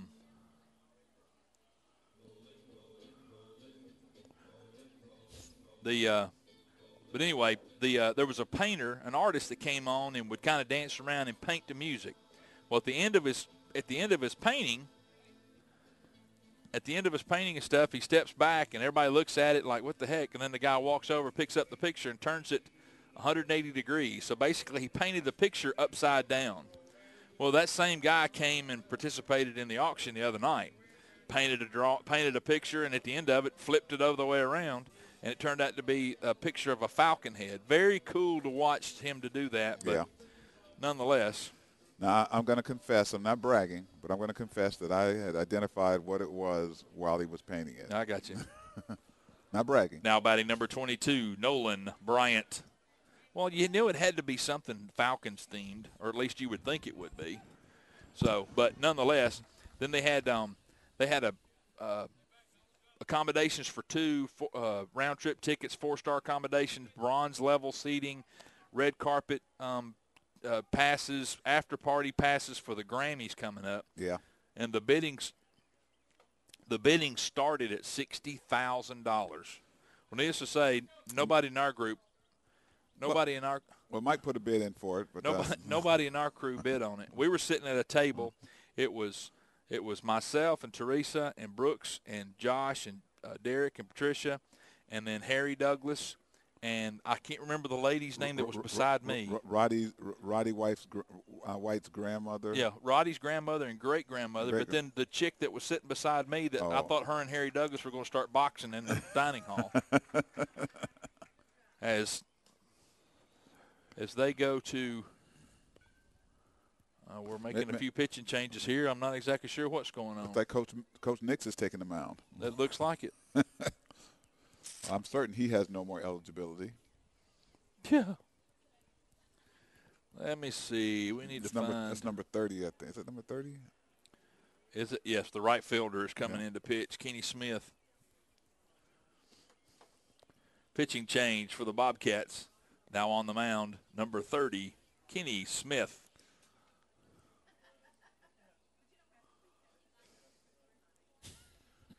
What? I just got an update from USA Today that the feds will delay the policy change that would allow you to take small knives on planes. Oh, really? Okay. Which was interesting. I had last year we went up to Cincinnati where Boomer Esiason had his annual fundraiser for cystic fibrosis, and our company sponsored a team up there, and they gave all the hunters knives. Right. So there's no way I could get it on the plane because it was a knife, so I had to end up shipping it. Nice. But they had, back to what we were talking about with the accommodations and stuff for the Grammys, they had started at $60,000. The bids got down to 20. Yeah, 20,000. Still nobody bid on it.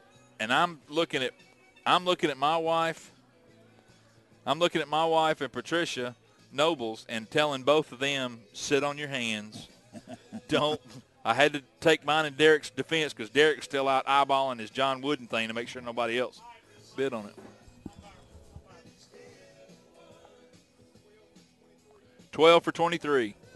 Gotcha. Thank you, sir. As I was getting notified. Well, you did not have to ask Patricia to sit on her hands. That was not going to happen. And also entering the game for the Bobcats, number 12, Thomas Smiley. And knowing Teresa the way I know, she was not going to bid on that either. Well, I made the comment. I said, if it gets to $2,000, I'll bid on it. I'll scrape up. I mean, even with the financial situation that I'm in at the moment, to go to the Grammys for $2,000 for all that, I'd do something. We'd work out something. I'd borrow the money from somebody. So, once again, now batting for the War Eagles, number 22, Nolan Bryant.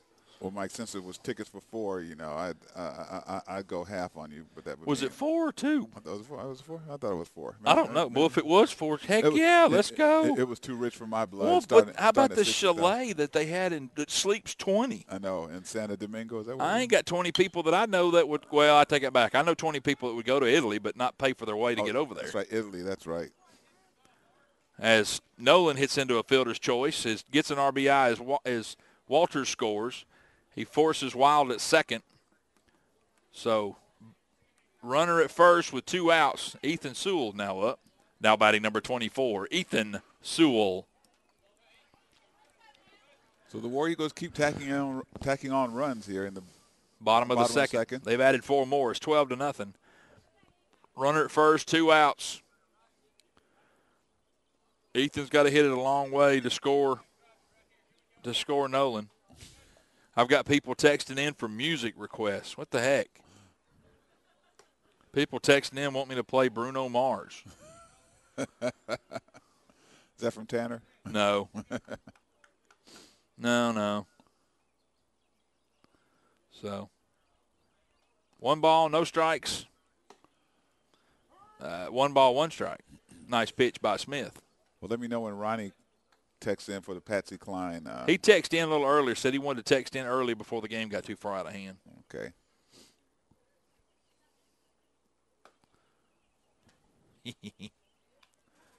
Two balls, 1 strike. We also got a text in from the 470. Go Landmark War Eagles. A shout-out to Seth Young. We appreciate it. Where's 470? It's Alabama, I think. Is that right? And the 407 is Florida. Yeah, exactly. I'm going to let you catch this. Okay. All right. So 3-1 to Ethan. The pitch. And he calls that a strike up high. So the count's run full to Ethan. 3 balls, 2 strikes, 2 out. Here in the bottom of the second inning. I think Nolan's going to be on his horse here. As Ethan hits a towering pop-up that's caught by the center fielder. And that ends the inning. But not before the War Eagles tack on 4 more runs here in the bottom of the second. We go to the top of the third with the War Eagles leading 12-0.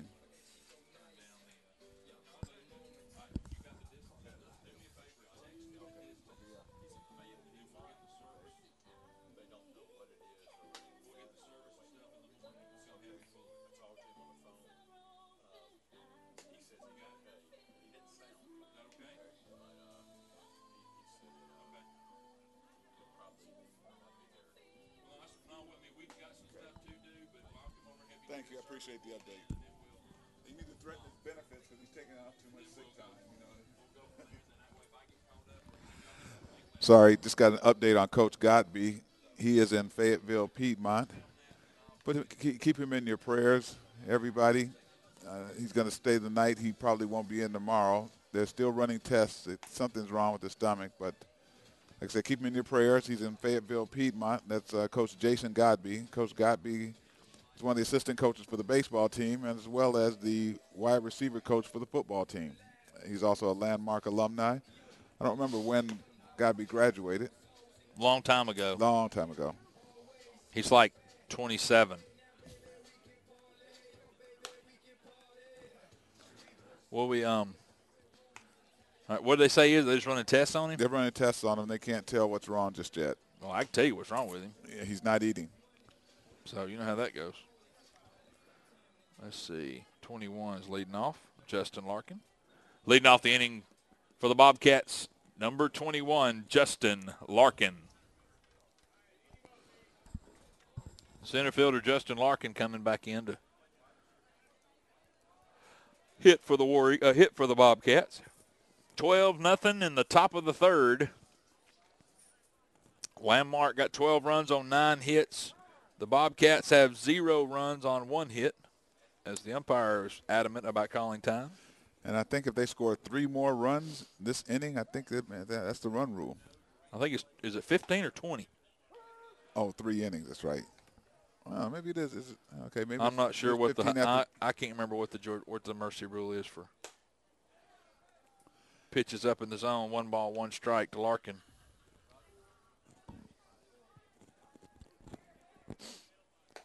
Still up in the zone. 2-1 to Larkin. It kind of just needs to slow down. We have made a few defensive changes ourselves. We now have Fox at second base. Van Baggett, I think, has moved to left because he's not as tall as Will, and he's bouncing around too much. Fly ball to right field. Reed Kemp circles underneath it, comes in for the out. Out number 1 as Mr. Walker is coming up. Now batting number 5, Kevin Walker. Number 5, Kevin Walker comes in with 1 out, top of the 3rd inning. War Eagles up 12-zip. Game against North Cobb Christian tomorrow here. Yep. Wednesday, is it against Holy Innocents? Yeah, Wednesday against Holy. Well, that doesn't make sense. We're playing 3 days in a row. That doesn't make sense. Well, we ain't played North Cobb yet all year. Both them games got rained out. Right. But that means we're playing 4 games this week. We play today, Tuesday, Wednesday, Saturday. and then Saturday. Is North Cobb? I say that. I thought we played North Cobb Christian the first game of the year. Swung on and missed. 1 ball, 2 strikes. I need to get Coach Brantley here to confirm the schedule. Coach Brantley. Foul ball against the backstop. We play North Cobb Christian tomorrow. Now, do we play Holy Innocents Wednesday? Operate on about 2 days. Okay.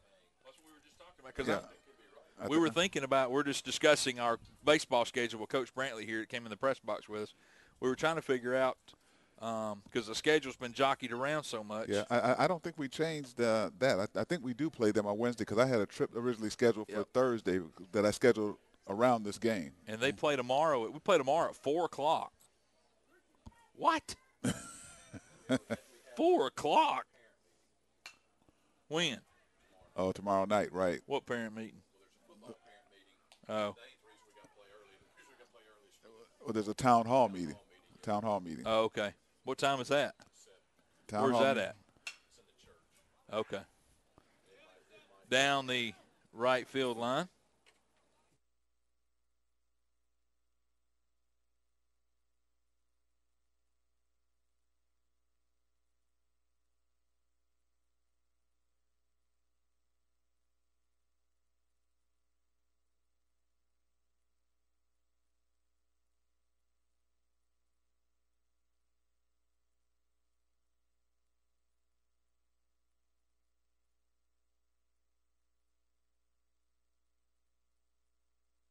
I missed something? No. Oh, He walks. I got caught up here. And we break it. We'll be breaking, so don't go nowhere. I got a question for you. Now batting number 11, Austin Loper. Some of these guys are only getting their names called for the second time this evening. Ball is hit to the shortstop. Ethan Sewell makes a good backhand stab as we roll it. Oh, not in time. Close bang play at first. Trying to turn the double play as Ethan backhands it, gets it to Fox at second. Fox makes a good turn to first. Let me tell you, that was a great play by Ethan that doesn't have a lot of experience playing shortstop. Exactly, but nice job as Loper hits into a fielder's choice. Nice play by Sewell. I would never tell him that, but you know how that goes. Well, he'll tell you. Now batting number 15, Christian Griffith. Ethan will tell you after the game. Yeah. Yeah, we play tomorrow at 4 o'clock. Unbelievable. Folks that are working around with me are going to have to work fast tomorrow. I say that, use that term lightly. So no balls, 1 strike, 2 outs, runner at first as Connor's still trying to preserve the shutout. Yeah, for those of you that aren't here, we had the senior day, as Mike mentioned earlier. Really a nice ceremony for all the seniors, not just for the baseball seniors, but also for the track seniors and their parents. We had 14 total seniors that were acknowledged this evening, track members, and as tonight was strictly baseball and track, as they did the other spring sports last week at the soccer match. And I'd like to thank Coach Brantley for softening up the wives' hearts by giving them flowers, roses. Whatever. Ain't no softening up unless you give gift cards. You know how that goes. And Mike's the eternal romantic, as you can tell. That's me. I'm ate up with it, boys. Let's see. As Connor threw, ball was a little bit high. Once again, is trying to get a little extra mustard on the fastball. 1 ball, 2 strikes, 2 outs.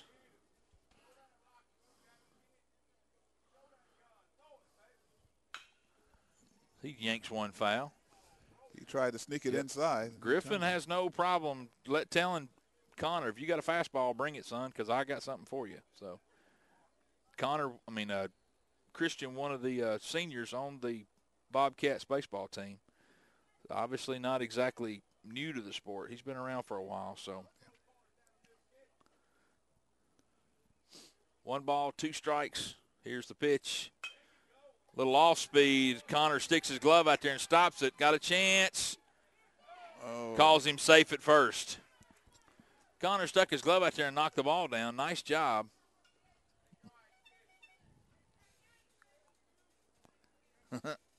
I'm getting compliments on my softness and romanticism on the text line over here. Is it from your wife? No. It doesn't matter. From Alan McDuffie and a friend of mine. Well, Alan would know. Exactly. He's Mr. Romance. That's right. Where am I at? I'm lost. Now batting number 17, Chris Wesley. Alan's a smooth operator. Yeah, I got one. Alan texts in and says, I have such a soft heart. And a buddy of mine texts in and says, I'm as romantic as a tire iron. So. Well, depending on what your wife has a need of, a That's tire true. iron may be an appropriate gift. There you go. That's right. With her birthday coming up on the 4th of May, we won't discuss how old she's going to be. No, don't do that. No. I know my limitations. Although I can tell her. Strike, outside corner. Yeah, you can throw me under the bus. I can tell her that you told whether her. I say anything or not, so it doesn't make no difference. 1 ball, 1 strike, 2 outs to another senior on the Bobcat squad, Chris Wesley, the catcher. Ball up in the zone, 2-1.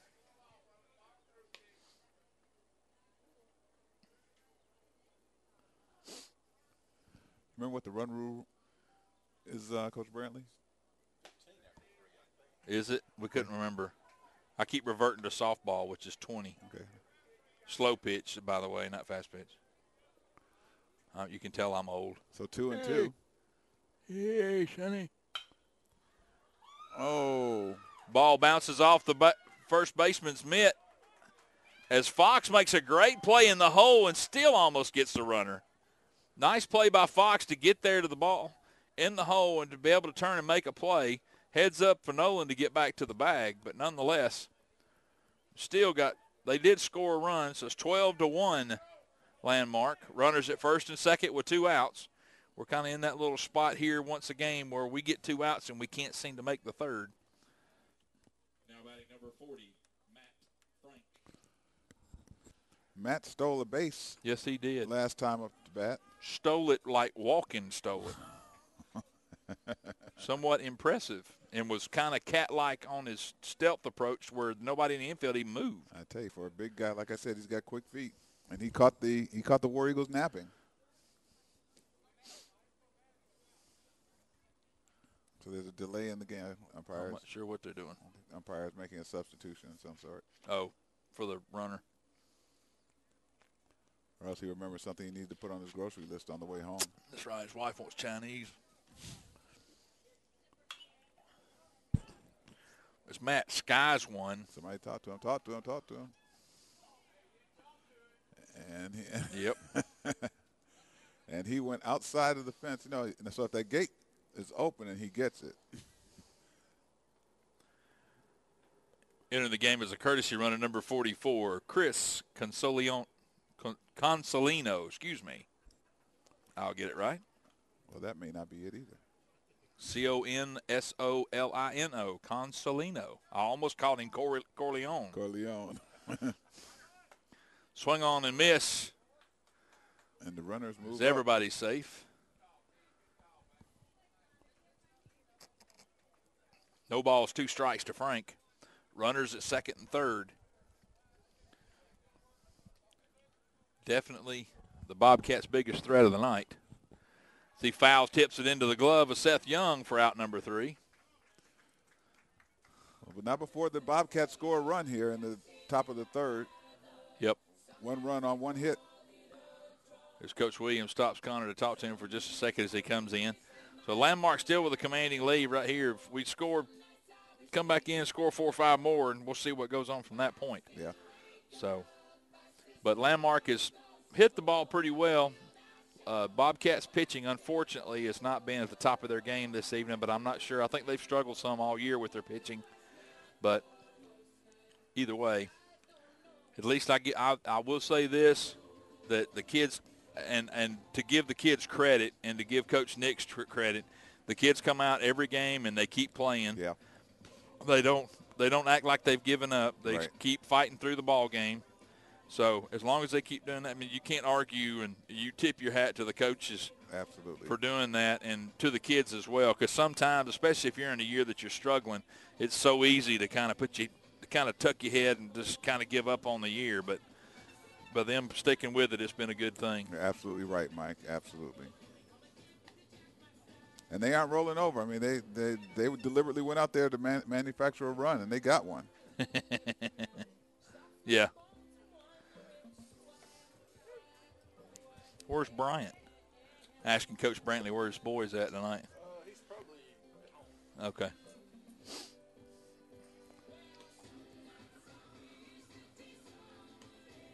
Bryant Brantley is obviously a name that you will be on the lookout for in the years to come. As I'm sure if he takes after the athleticism of his mom and dad as they were coming up through the ranks, that, and his older sister at this point, where she's at now, is obviously he will be some type of an athlete as he gets older. He's a good athlete now, but does he play quarterback?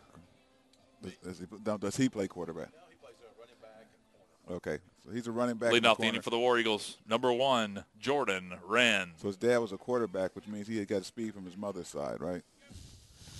It's kind of funny. I made the comment to Brantley one night before.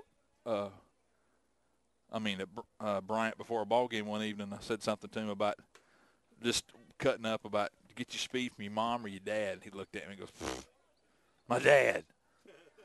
I was like, really? And his mom looks at me and she goes, he doesn't think I did anything in school. I was like, well, Jordan hits a sharp ball down the first baseline. Frank picks it up. Ooh. As Jordan takes a bad spill. No, it did not look good. He went face first into the dirt. Unfortunately, the way he landed, it looked like he landed awful awkward. I don't think, obviously, that was not an intentional type thing, as the first baseman was just making a break to the bag. As Coach Nix and Coach Williams and Kim, the trainer, breaks onto the field. Yeah, we don't want another War Eagle going down. Yeah, as he landed and scuffed up his arm a little bit there.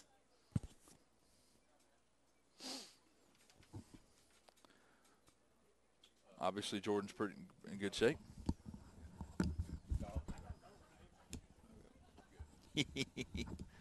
Now batting number 11, Brooks Austin. Brooks Austin steps in. He had a bullet the last time up to the third baseman that the third baseman kind of either had an opportunity to either catch it or wear it. So. See, that was one that Brooks has got to take for the team. You know? That's right.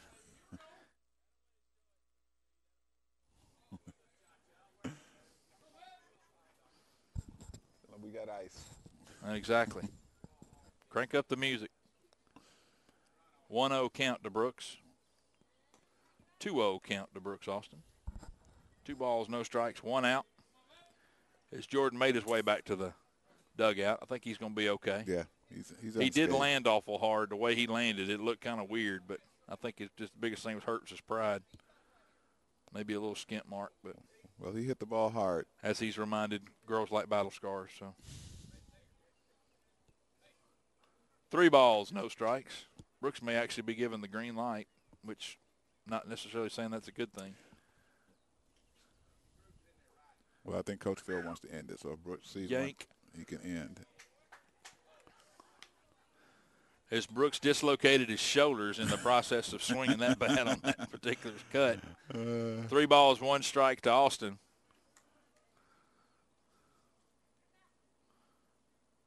Ball is outside for ball 4. Austin walks. So we obviously putting speed back on the bases. Well, Mike, the other thing that we hadn't mentioned is, as go ahead and announce Ben coming to the plate. Now batting number 27, Ben Baggett. Well, the boys having 4 games this week, and they also have a prom Thursday night. Oh, yeah.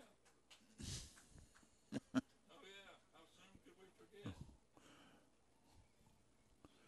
As the Bobcats make another pitching change, number 22 comes in.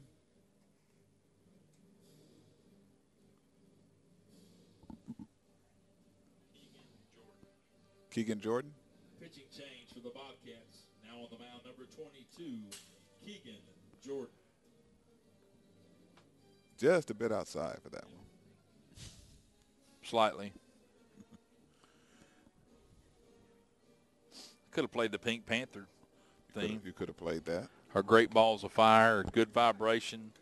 Play the Bonanza theme, but nobody'd know who that was except for Coach Williams' wife and Hey. I used to watch Bonanza. Mrs. Williams. Really? Yeah, that was a family time, man. Bonanza. Hoss, yeah. Hoss. Yeah. And Hop Sing. We got a buddy of mine that we call that. Believe it or not. Here we go. Oh, and in retrospect, there was never any women around.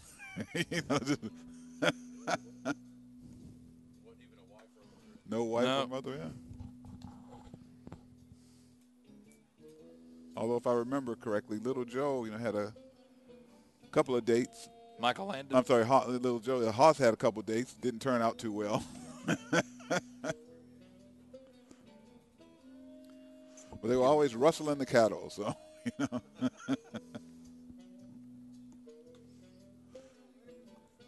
Yeah, let it go. Umpire's like, come on, dude. It's 8:35, and we're almost an hour into Monday Night Raw that I'm missing. I need to get to the house.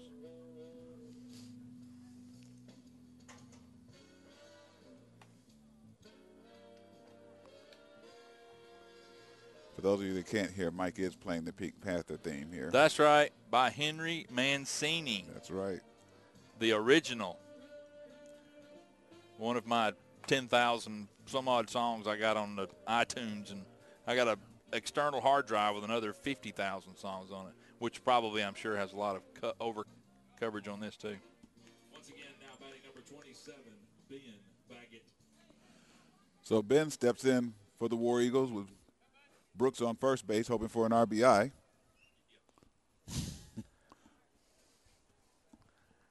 As the Honey Badger steps up. ESPN, the magazine this week, has Tyrann Matthews on the cover, and I'm thinking, why would you put him on the Really? cover? Yeah. Well, he's still projected. Where is he projected to go in the draft? I don't know. Have you heard? I know now all of a sudden they're talking about the Falcons, about the potential of them maybe trading up and getting a cornerback from Alabama. Yeah. But now that's all chit-chat talk right now.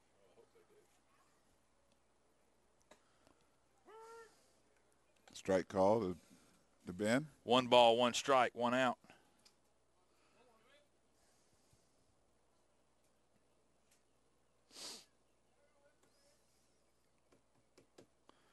Next pitch. High fly ball, left center field. Center fielder is underneath it for the out.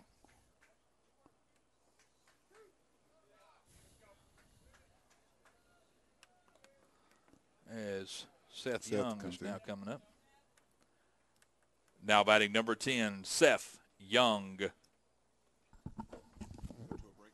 Mm-hmm.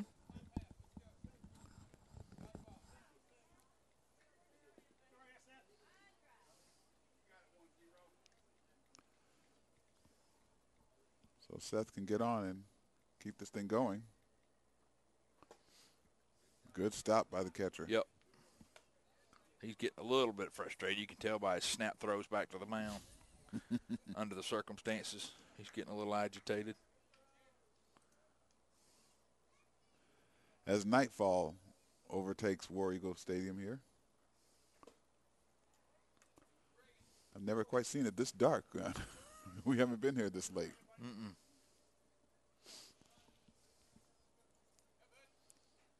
Field looks beautiful in the dark and under the lights here.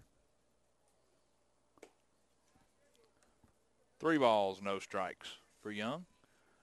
Baggett's on first. Let's see what he can do with this pitch. Coach Williams. Outside corner for 3 balls, 1 strike.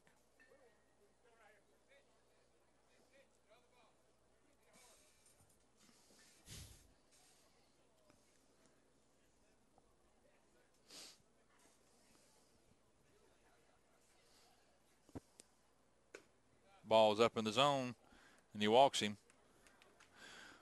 It's Seth Young. No, Reed Kemp. Oh, Spencer. Spencer's coming in to run Smith. for Seth. Oh, Entering the game as a courtesy run, number 23, Spencer Smith. Now batting number 8, Reed Kemp. now I think Spencer's coming in because the last courtesy runner that they were using came in. Yep, Fox. Fox, yeah. He's playing second base now. Right. So, for those of you at home watching on the internet, as you can see, as obviously you were watching it before the sun went down, you've had the opportunity to see a lot of work and stuff that's gone on around here, including the redoing the field and stuff over at Garwood, which is where the soccer teams play, to give the football field a little bit of time to kind of recoup from the season. Is there in the process now of setting things up to do some work on the football field for next year. First pitch to Reed Kemp is down low for a ball.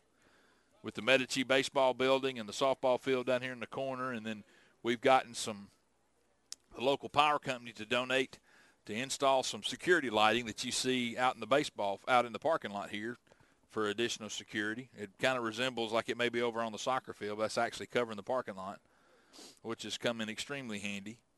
They've also redid some lighting and stuff over at the school. So there's a lot of things that have been going on around here, a lot of infrastructure stuff that I would say along the lines, too, as far as upgrading some things and different opportunities for some people in the school to get a few things done. As that ball was up in the zone just a little bit, we got a 1-1 count. Well, the other thing, Mike, is not only the lights for security, but I came by one day late to watch Joshua practice, and I couldn't get in because of the security gate. Yeah, they've got that up, too. I didn't realize they had put that up. Right. Only select few are allowed in. And obviously, I don't fit that. The rest of us, anymore. the rest of us commoners get to stand outside the fence and wave, throw rocks at them. Hey. Usually during practice days and stuff, the gate's open. Yes. Under normal circumstances, yeah. Unless somebody just forgets to. Yeah, this was a Saturday when they had to get here. Yeah, that's true. 2 outs. Pitcher trying to keep Brooks close to second. I was tempted. For what reason, I don't know. I was tempted to climb the fence, but then I had to remember how old I was, and if I fell, it would be ugly. if all of a sudden a quick reminder of reality. Ball gets past him as both runners motor down the baselines to advance to a base. So now we got 3-1 count for Reed Kemp. Runners at second and third. Definitely both runners in scoring position. All Reed has to do is put it in play. He hits it down the first baseline. Reed might end up at second or third. They have definitely got him played to pull. My stars.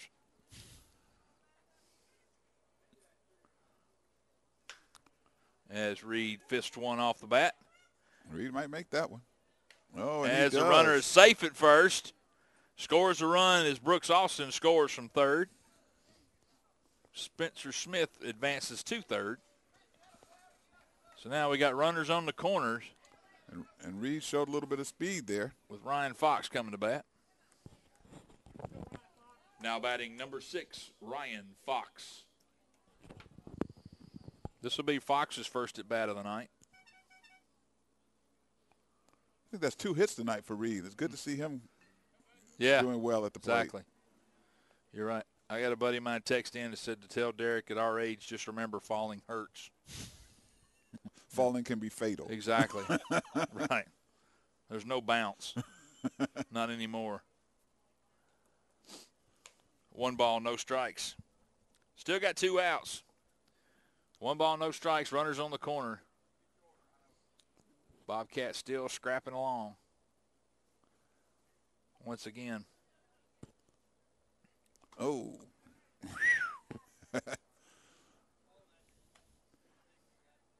Looked like Mr. Fantastic getting out of the way of that one, didn't he? Coach Nick's calls time.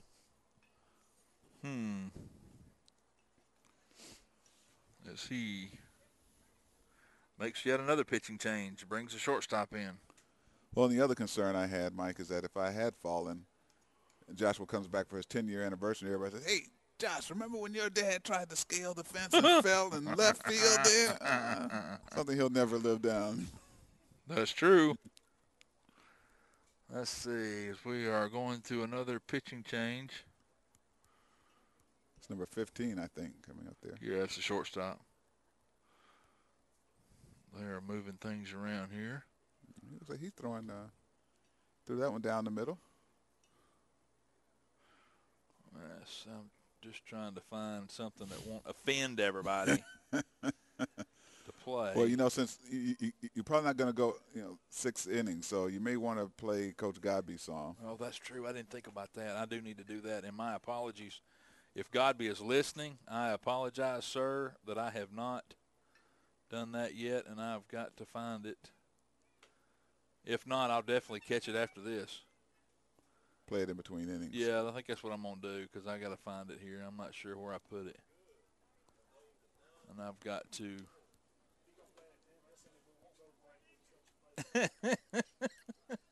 It's like everybody's in anticipation of me doing that.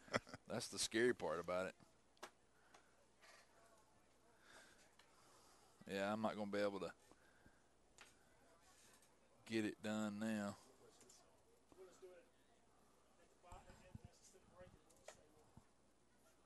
Yeah, we'll just let it play.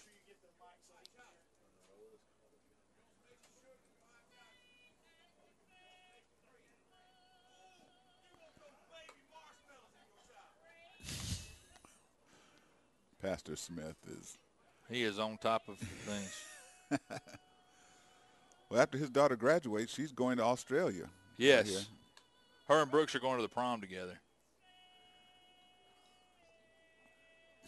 I got a comment, but I won't make it.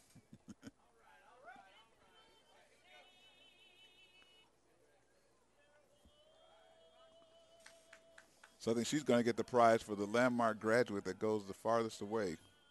Joshua was going to New Mexico. Yeah, but Australia's got it covered. Oh. I think that's about as far away as you can get.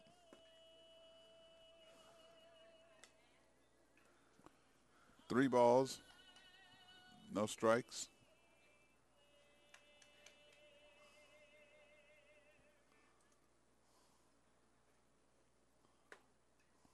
There. Yeah, we played this one night before a game or during a game. During a game, yeah. Austin Brown. Now batting number 2, Austin Brown. As the War Eagles load the bases again. I played this one night between inning. innings or at a pitching change or something, and we didn't score a run the rest of the night. So ever since then, every game. And we didn't allow a run. Yeah, that's right. We didn't allow a run. And Godby's like, oh, you got to play that because we didn't give up a run after that. So Coach Godby, hopefully you're listening. try to One pipe. ball, one strike to Austin Brown as Ryan Fox drew a walk. So we got runners at loaded all the way around with 2 outs. Brown with definitely an opportunity to bust it open here. As bounces one up in there. 2 balls, 1 strike. So hopefully, Coach Godby, if you're out there and listening, hopefully you'll get to feeling better. We'll see if we can pipe it through so he can hear it. So that's 3 balls and 1 strike.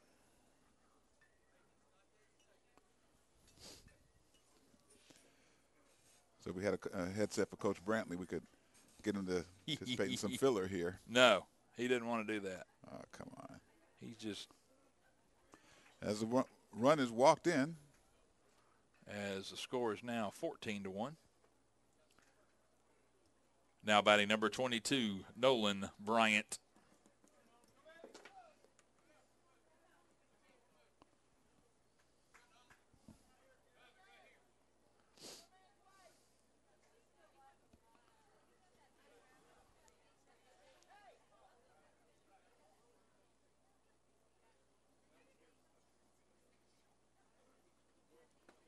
Oh, he was trying to put it away with that swing. Nolan was trying to hit a 14-run homer with that swing out there. He felt bad for Brooks having 2 dislocated shoulders, so he decided to join him. Next pitch to Nolan Bryant. Here it is. Swung on and missed, strike 2. As bases are loaded, 2 outs. Nolan's up, took 2 big cuts, and I'm sure his dad and brother watching on the internet are both screaming at the computer right now, going, what are you doing? It only takes 1, though. For real. Ball is up in the zone. 1 ball, 2 strikes.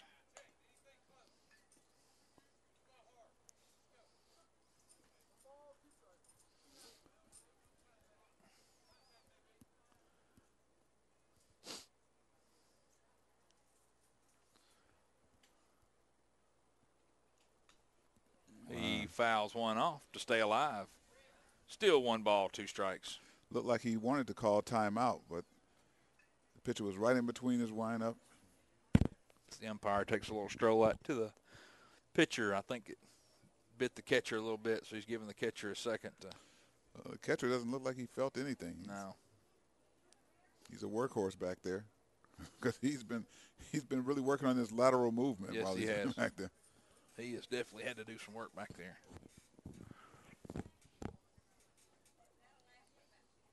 Next pitch to Bryant.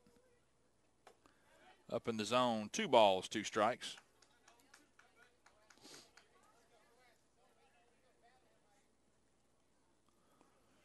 .22 batting with 2 balls, 2 strikes, 2 out.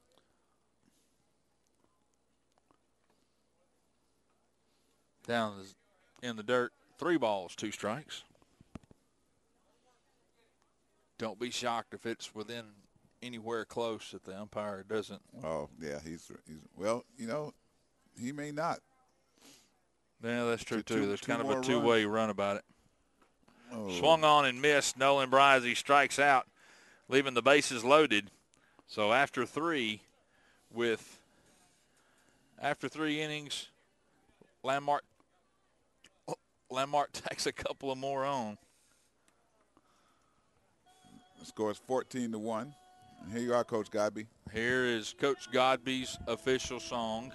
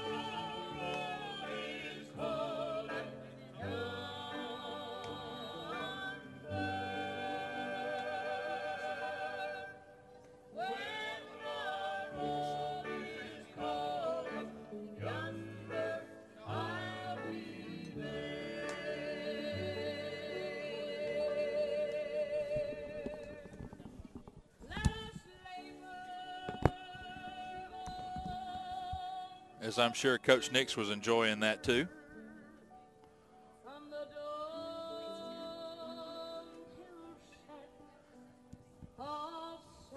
I'm sure Frank Wren and 2 or 3 others are in the bleachers over there too going, what in the world? But back during football season, we adopted this song to be played.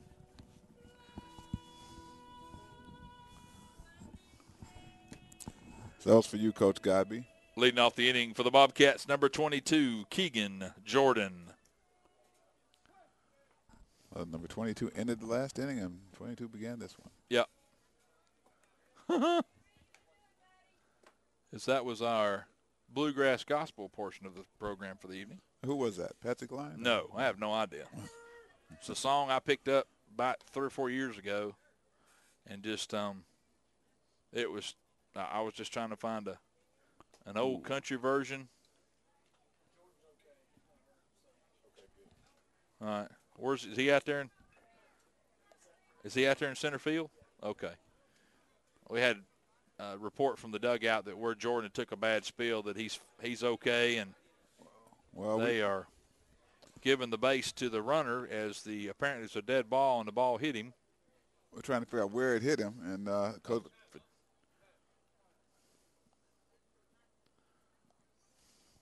as Coach Williams makes a trip to the mound. The batter didn't look like it hit him. He just kind of stood there. As Coach Phil goes out there and raises a little sand. And I'm sure he says, Star Wars. This is the good guys. This is the new hope. I Oh. played the Empire Strikes Back for them.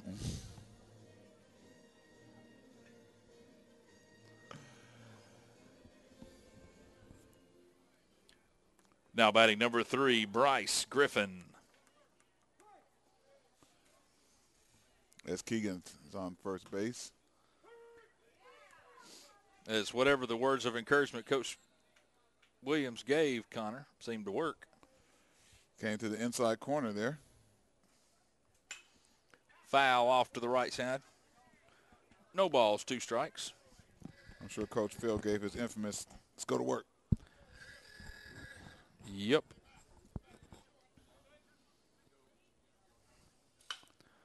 As Bryce, nice job by Ethan Sewell as he runs into the hole, able to throw behind the runner to double him up at first base. Nice job by Ethan Sewell. Ethan Sewell.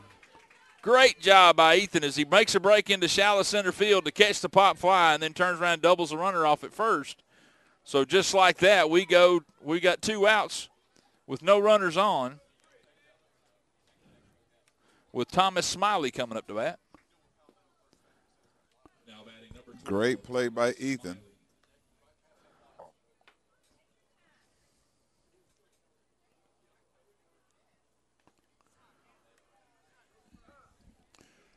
As Seth goes out to try to settle Connor down a little bit. Nice play. Great play. That was impressive.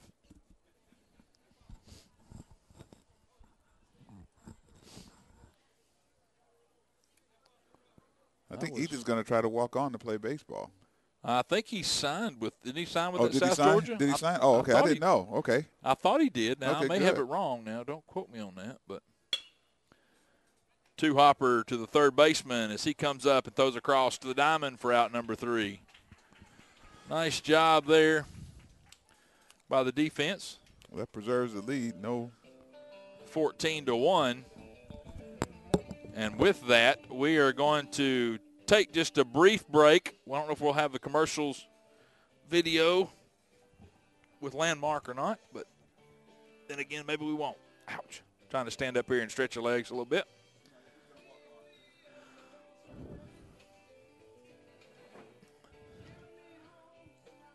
So as we go to the bottom of the 4th inning, the War Eagles have a 14-1 lead. Have a 14-1 lead on the Bobcats.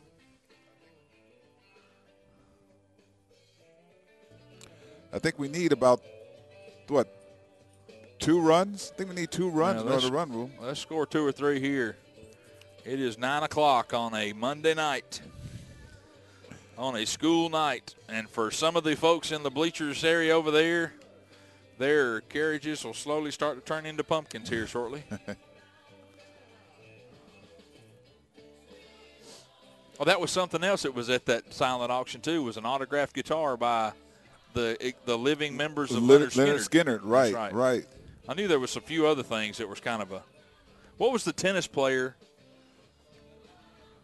that had the big picture right there, right beside the signed guitar? It was a picture of him and then some other stuff where he had won. I mean, I'm embarrassed to say. It wasn't Federer. Federer, That's who it was. Thank you. Whew. I kept wanting to say Rod Laver, and I'm thinking, good Lord, that's from the 60s. And I don't even remember ever seeing that dude play. You never saw him? Oh, I never saw him play either. No, I never saw him play. But Federer was that's who that was. Leading off the bottom of the fourth for the War Eagles, number 24, Ethan Sewell. As Ethan steps in to try to add to his stellar see if we have an opportunity defensive plays in the past. Third baseman catches off a two-hopper. Oh, he's safe. And Ethan throw is high to first base as Sewell gets in under the tag. Jordan Wren coming back in up to bat. Now batting number 1, Jordan Wren. Okay. So Jordan steps in, 14-1 lead in the bottom of the fourth inning with Ethan on first base. I think a home run would end this, but I could be wrong. Ball is just a little bit up in the zone. Brooks on the on-deck circle. So Brooks is hoping for a chance to oh boy, get on base here. That's right. Next pitch offered to Jordan. Foul to the left-hand side. Get out. Oh. Out of play. He knows he missed one there. Yeah. And he dodged a bullet. So the third baseman had a little more speed. Ball hit right in front of the landmark War Eagle dugout. So 1-1 count to Jordan.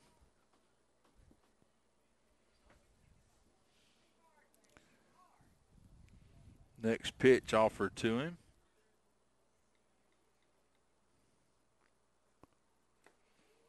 As that one hits him, no doubt about that. Dead ball. As runners advance, Coach Nix makes another trip to the mound.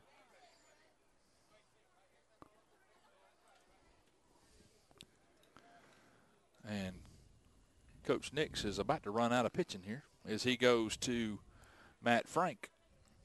He goes to the senior for a little senior support. As he is pitching with a first baseman mitt. Can you do that? You can't do that. He did it last time he played. I don't think you can do that. Well, we'll see what the umpire says.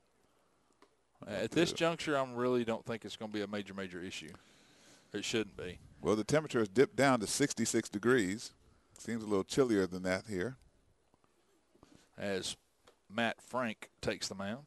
Pitching change for the Bobcats. Now on the mound, number 40, Matt Frank. Brooks is looking up here.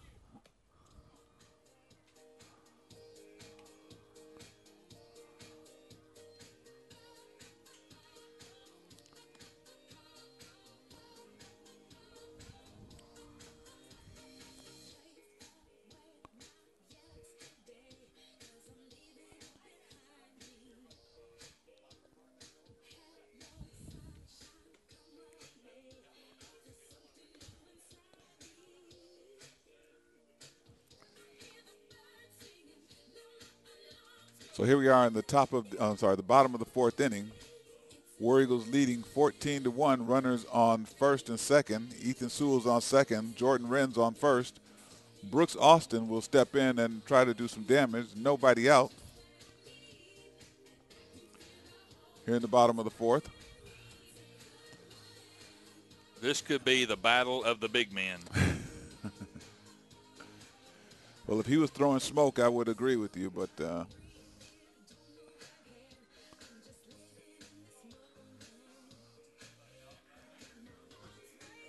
trying to tell Brooks to take it opposite field if he.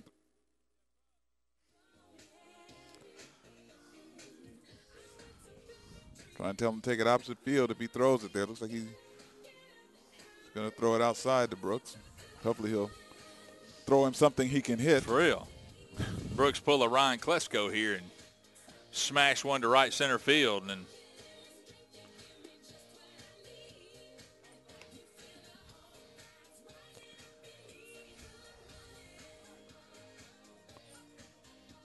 so nobody out. Runners at first and second. Who is this? Mendisa, Okay. Christian singer. Yeah, it's a song called Good Morning with Toby Mac.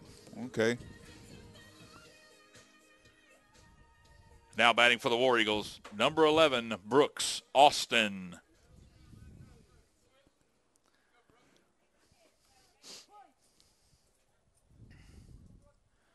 See what he gets kind of pitch here.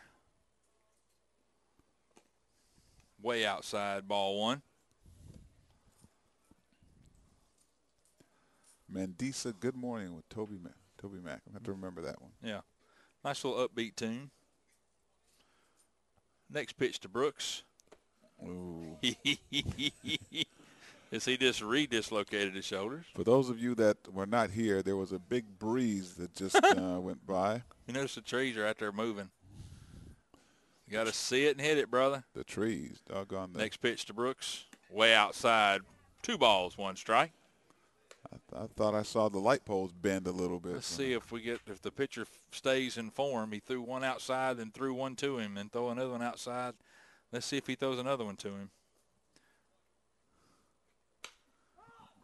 But he Brooks hits it into center field as they get into a fielder's choice. As Brooks stands at first in a little bit of disgust. Out a way to smash it. Now batting number 27, Ben Baggett. Kind of falls into that deal where sometimes when you try to do a little too much, it doesn't always work out. So, but nonetheless, move the runner up. We got a runner. We have an out at second on the fielder's choice. We have runners on the corners for 1 out with Ben Baggett up. Well, here's the thing. If Ben hits it on the ground, we got to depend on Brooks to break up the double play. Ben's got enough. Look at right center field. Yeah. Holy smokes. There's a gap in right center field, ladies and gentlemen, that you could parallel park 2 tractor trailers in. And those 2 boys out there in the outfield can run, but my stars, I don't think. I think they're compensating for, well, if he lines one down to the opposite field. If he draws green, it's going to be its own. Well, if he hits it down the first base line, I mean. Brooks will get the second. Brooks will get the third. Come on, Mike. Yeah, he'll get there. The ball will be behind him. I'd like to see him slide in the third. Next pitch offered to Baggett. 1 ball, 1 strike. Ooh. Little up in the zone. I think Blue's ready to go. 2 balls. Excuse me. Wasn't that Carol? 1 ball, 2 strikes. That Carole King song I made that heard the earth move under my feet. Is that the? Next pitch to Baggett. 1 ball, 2 strikes, 1 out.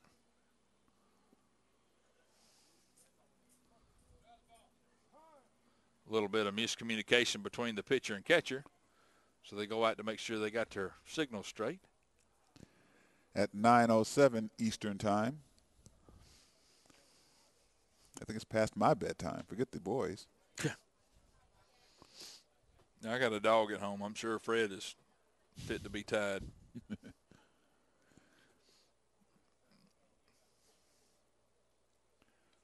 One ball, 2 strikes, 1 out. Runners on the corners. Landmark with a 14-1 lead.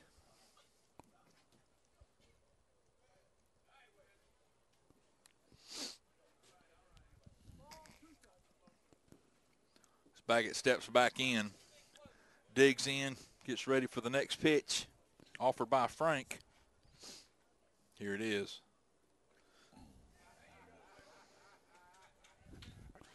As he is plunked with the pitch. And Gerber, goodness. Spencer Smith comes in.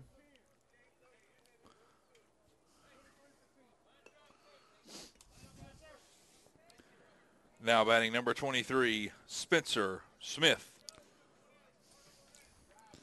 With bases all juiced. 1 out.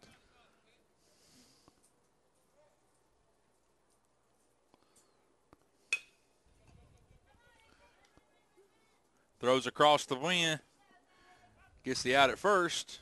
Landmark picks up another run. It's 15-1 with 2 outs. Reed Kemp coming up to bat. Runners at second and third. Now batting number 8, Reed Kemp. If we can get one more run here, I think that might be ball game. Kemp's had 2 hits on the night. Yep. Ball way outside. Brooks is at third. So we got to get Brooks in. Huh? Baggett's at second. I was looking. The ball as it got past the catcher, I wasn't sure who was at third base.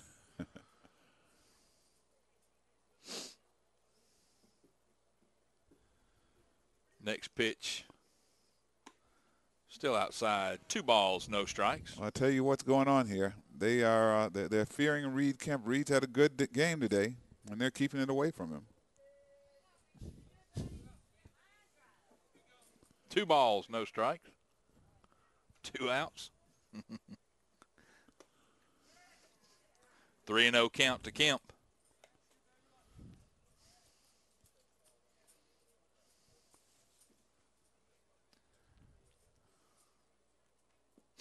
Three balls, no strikes, 2 outs.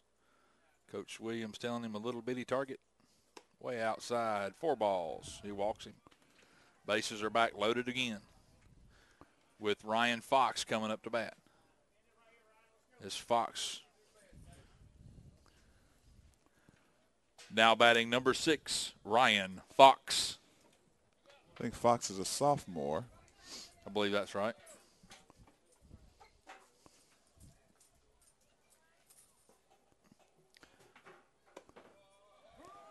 Good pitch by Mr. Clark. Mr. Frank, excuse me. I was going to say Frank Clark. Clark Frank? Franks? Frank Clark? Matt Frank. Matt Frank. My mistake. 15-1. No balls, 1 strike.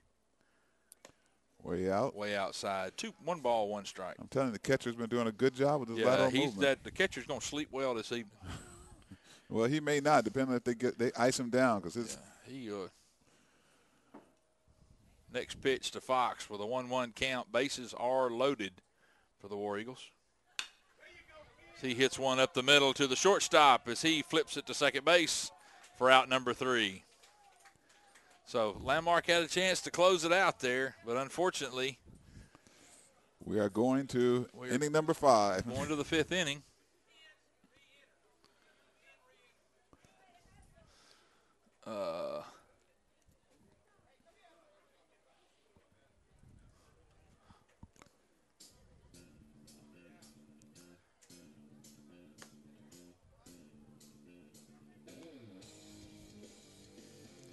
As Connor comes out for inning number 5.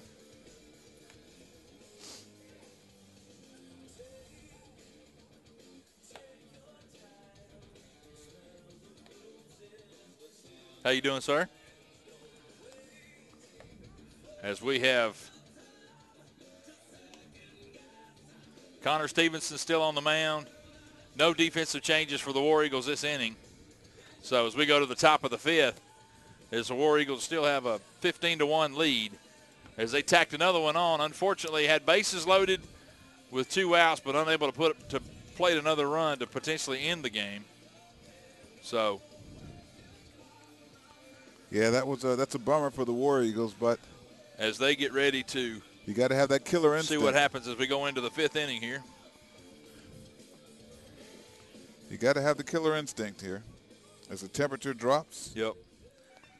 Leading off the 5th for the Bobcats, number 21, Justin Larkin.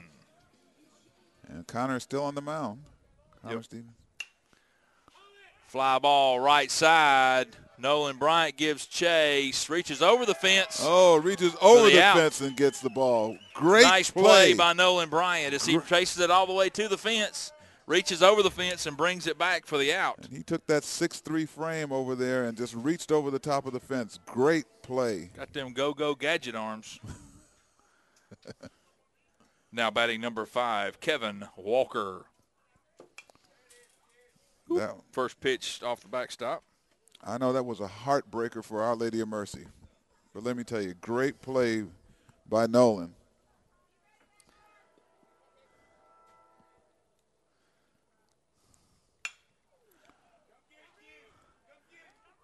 Oh. Oh.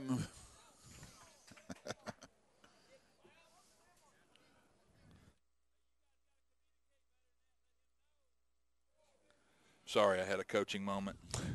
Was that Reed Kemp? Yeah, Reed breaking to the fence, and nobody's communicating. Seth's breezing up first baseline, and Nolan's still over there in marvelment of the catch he made. So nobody said nothing to Reed. Reed held up on it, but if he'd have kept going, he'd have face-planted the chain-link fence. Well, he had his arm out. So. As comical as that is, because I've seen that happen in a softball tournament, it's kind of painful for the person that does it. Well, ball hit up the middle. Nice play. Good stop by Fox as he turns and runs. Gets the out at gets the out at first and then throws the ball to Ben Baggett in left field. Nice job. Nice play by Fox to get the out at first. Okay, the War Eagles are looking like T-ballers. Yeah, let's throw the ball back to the pitcher and let's get on with the inning here. Nice job by the infield. Good play by Fox. Not so good on the throw around afterwards, but nonetheless. But they got the out. They did get the out. That's true. Throws were good when they counted. Now batting number 11, Austin Loper. It's Loper or Loper. Nobody screamed at me yet, so I presume I got it right the first time. Well, or nobody cares. That's true. Good pitch by Connor first. Getting that first pitch strike. Throws that one by him as he swings and misses. Two strikes. Nice job there. That's right.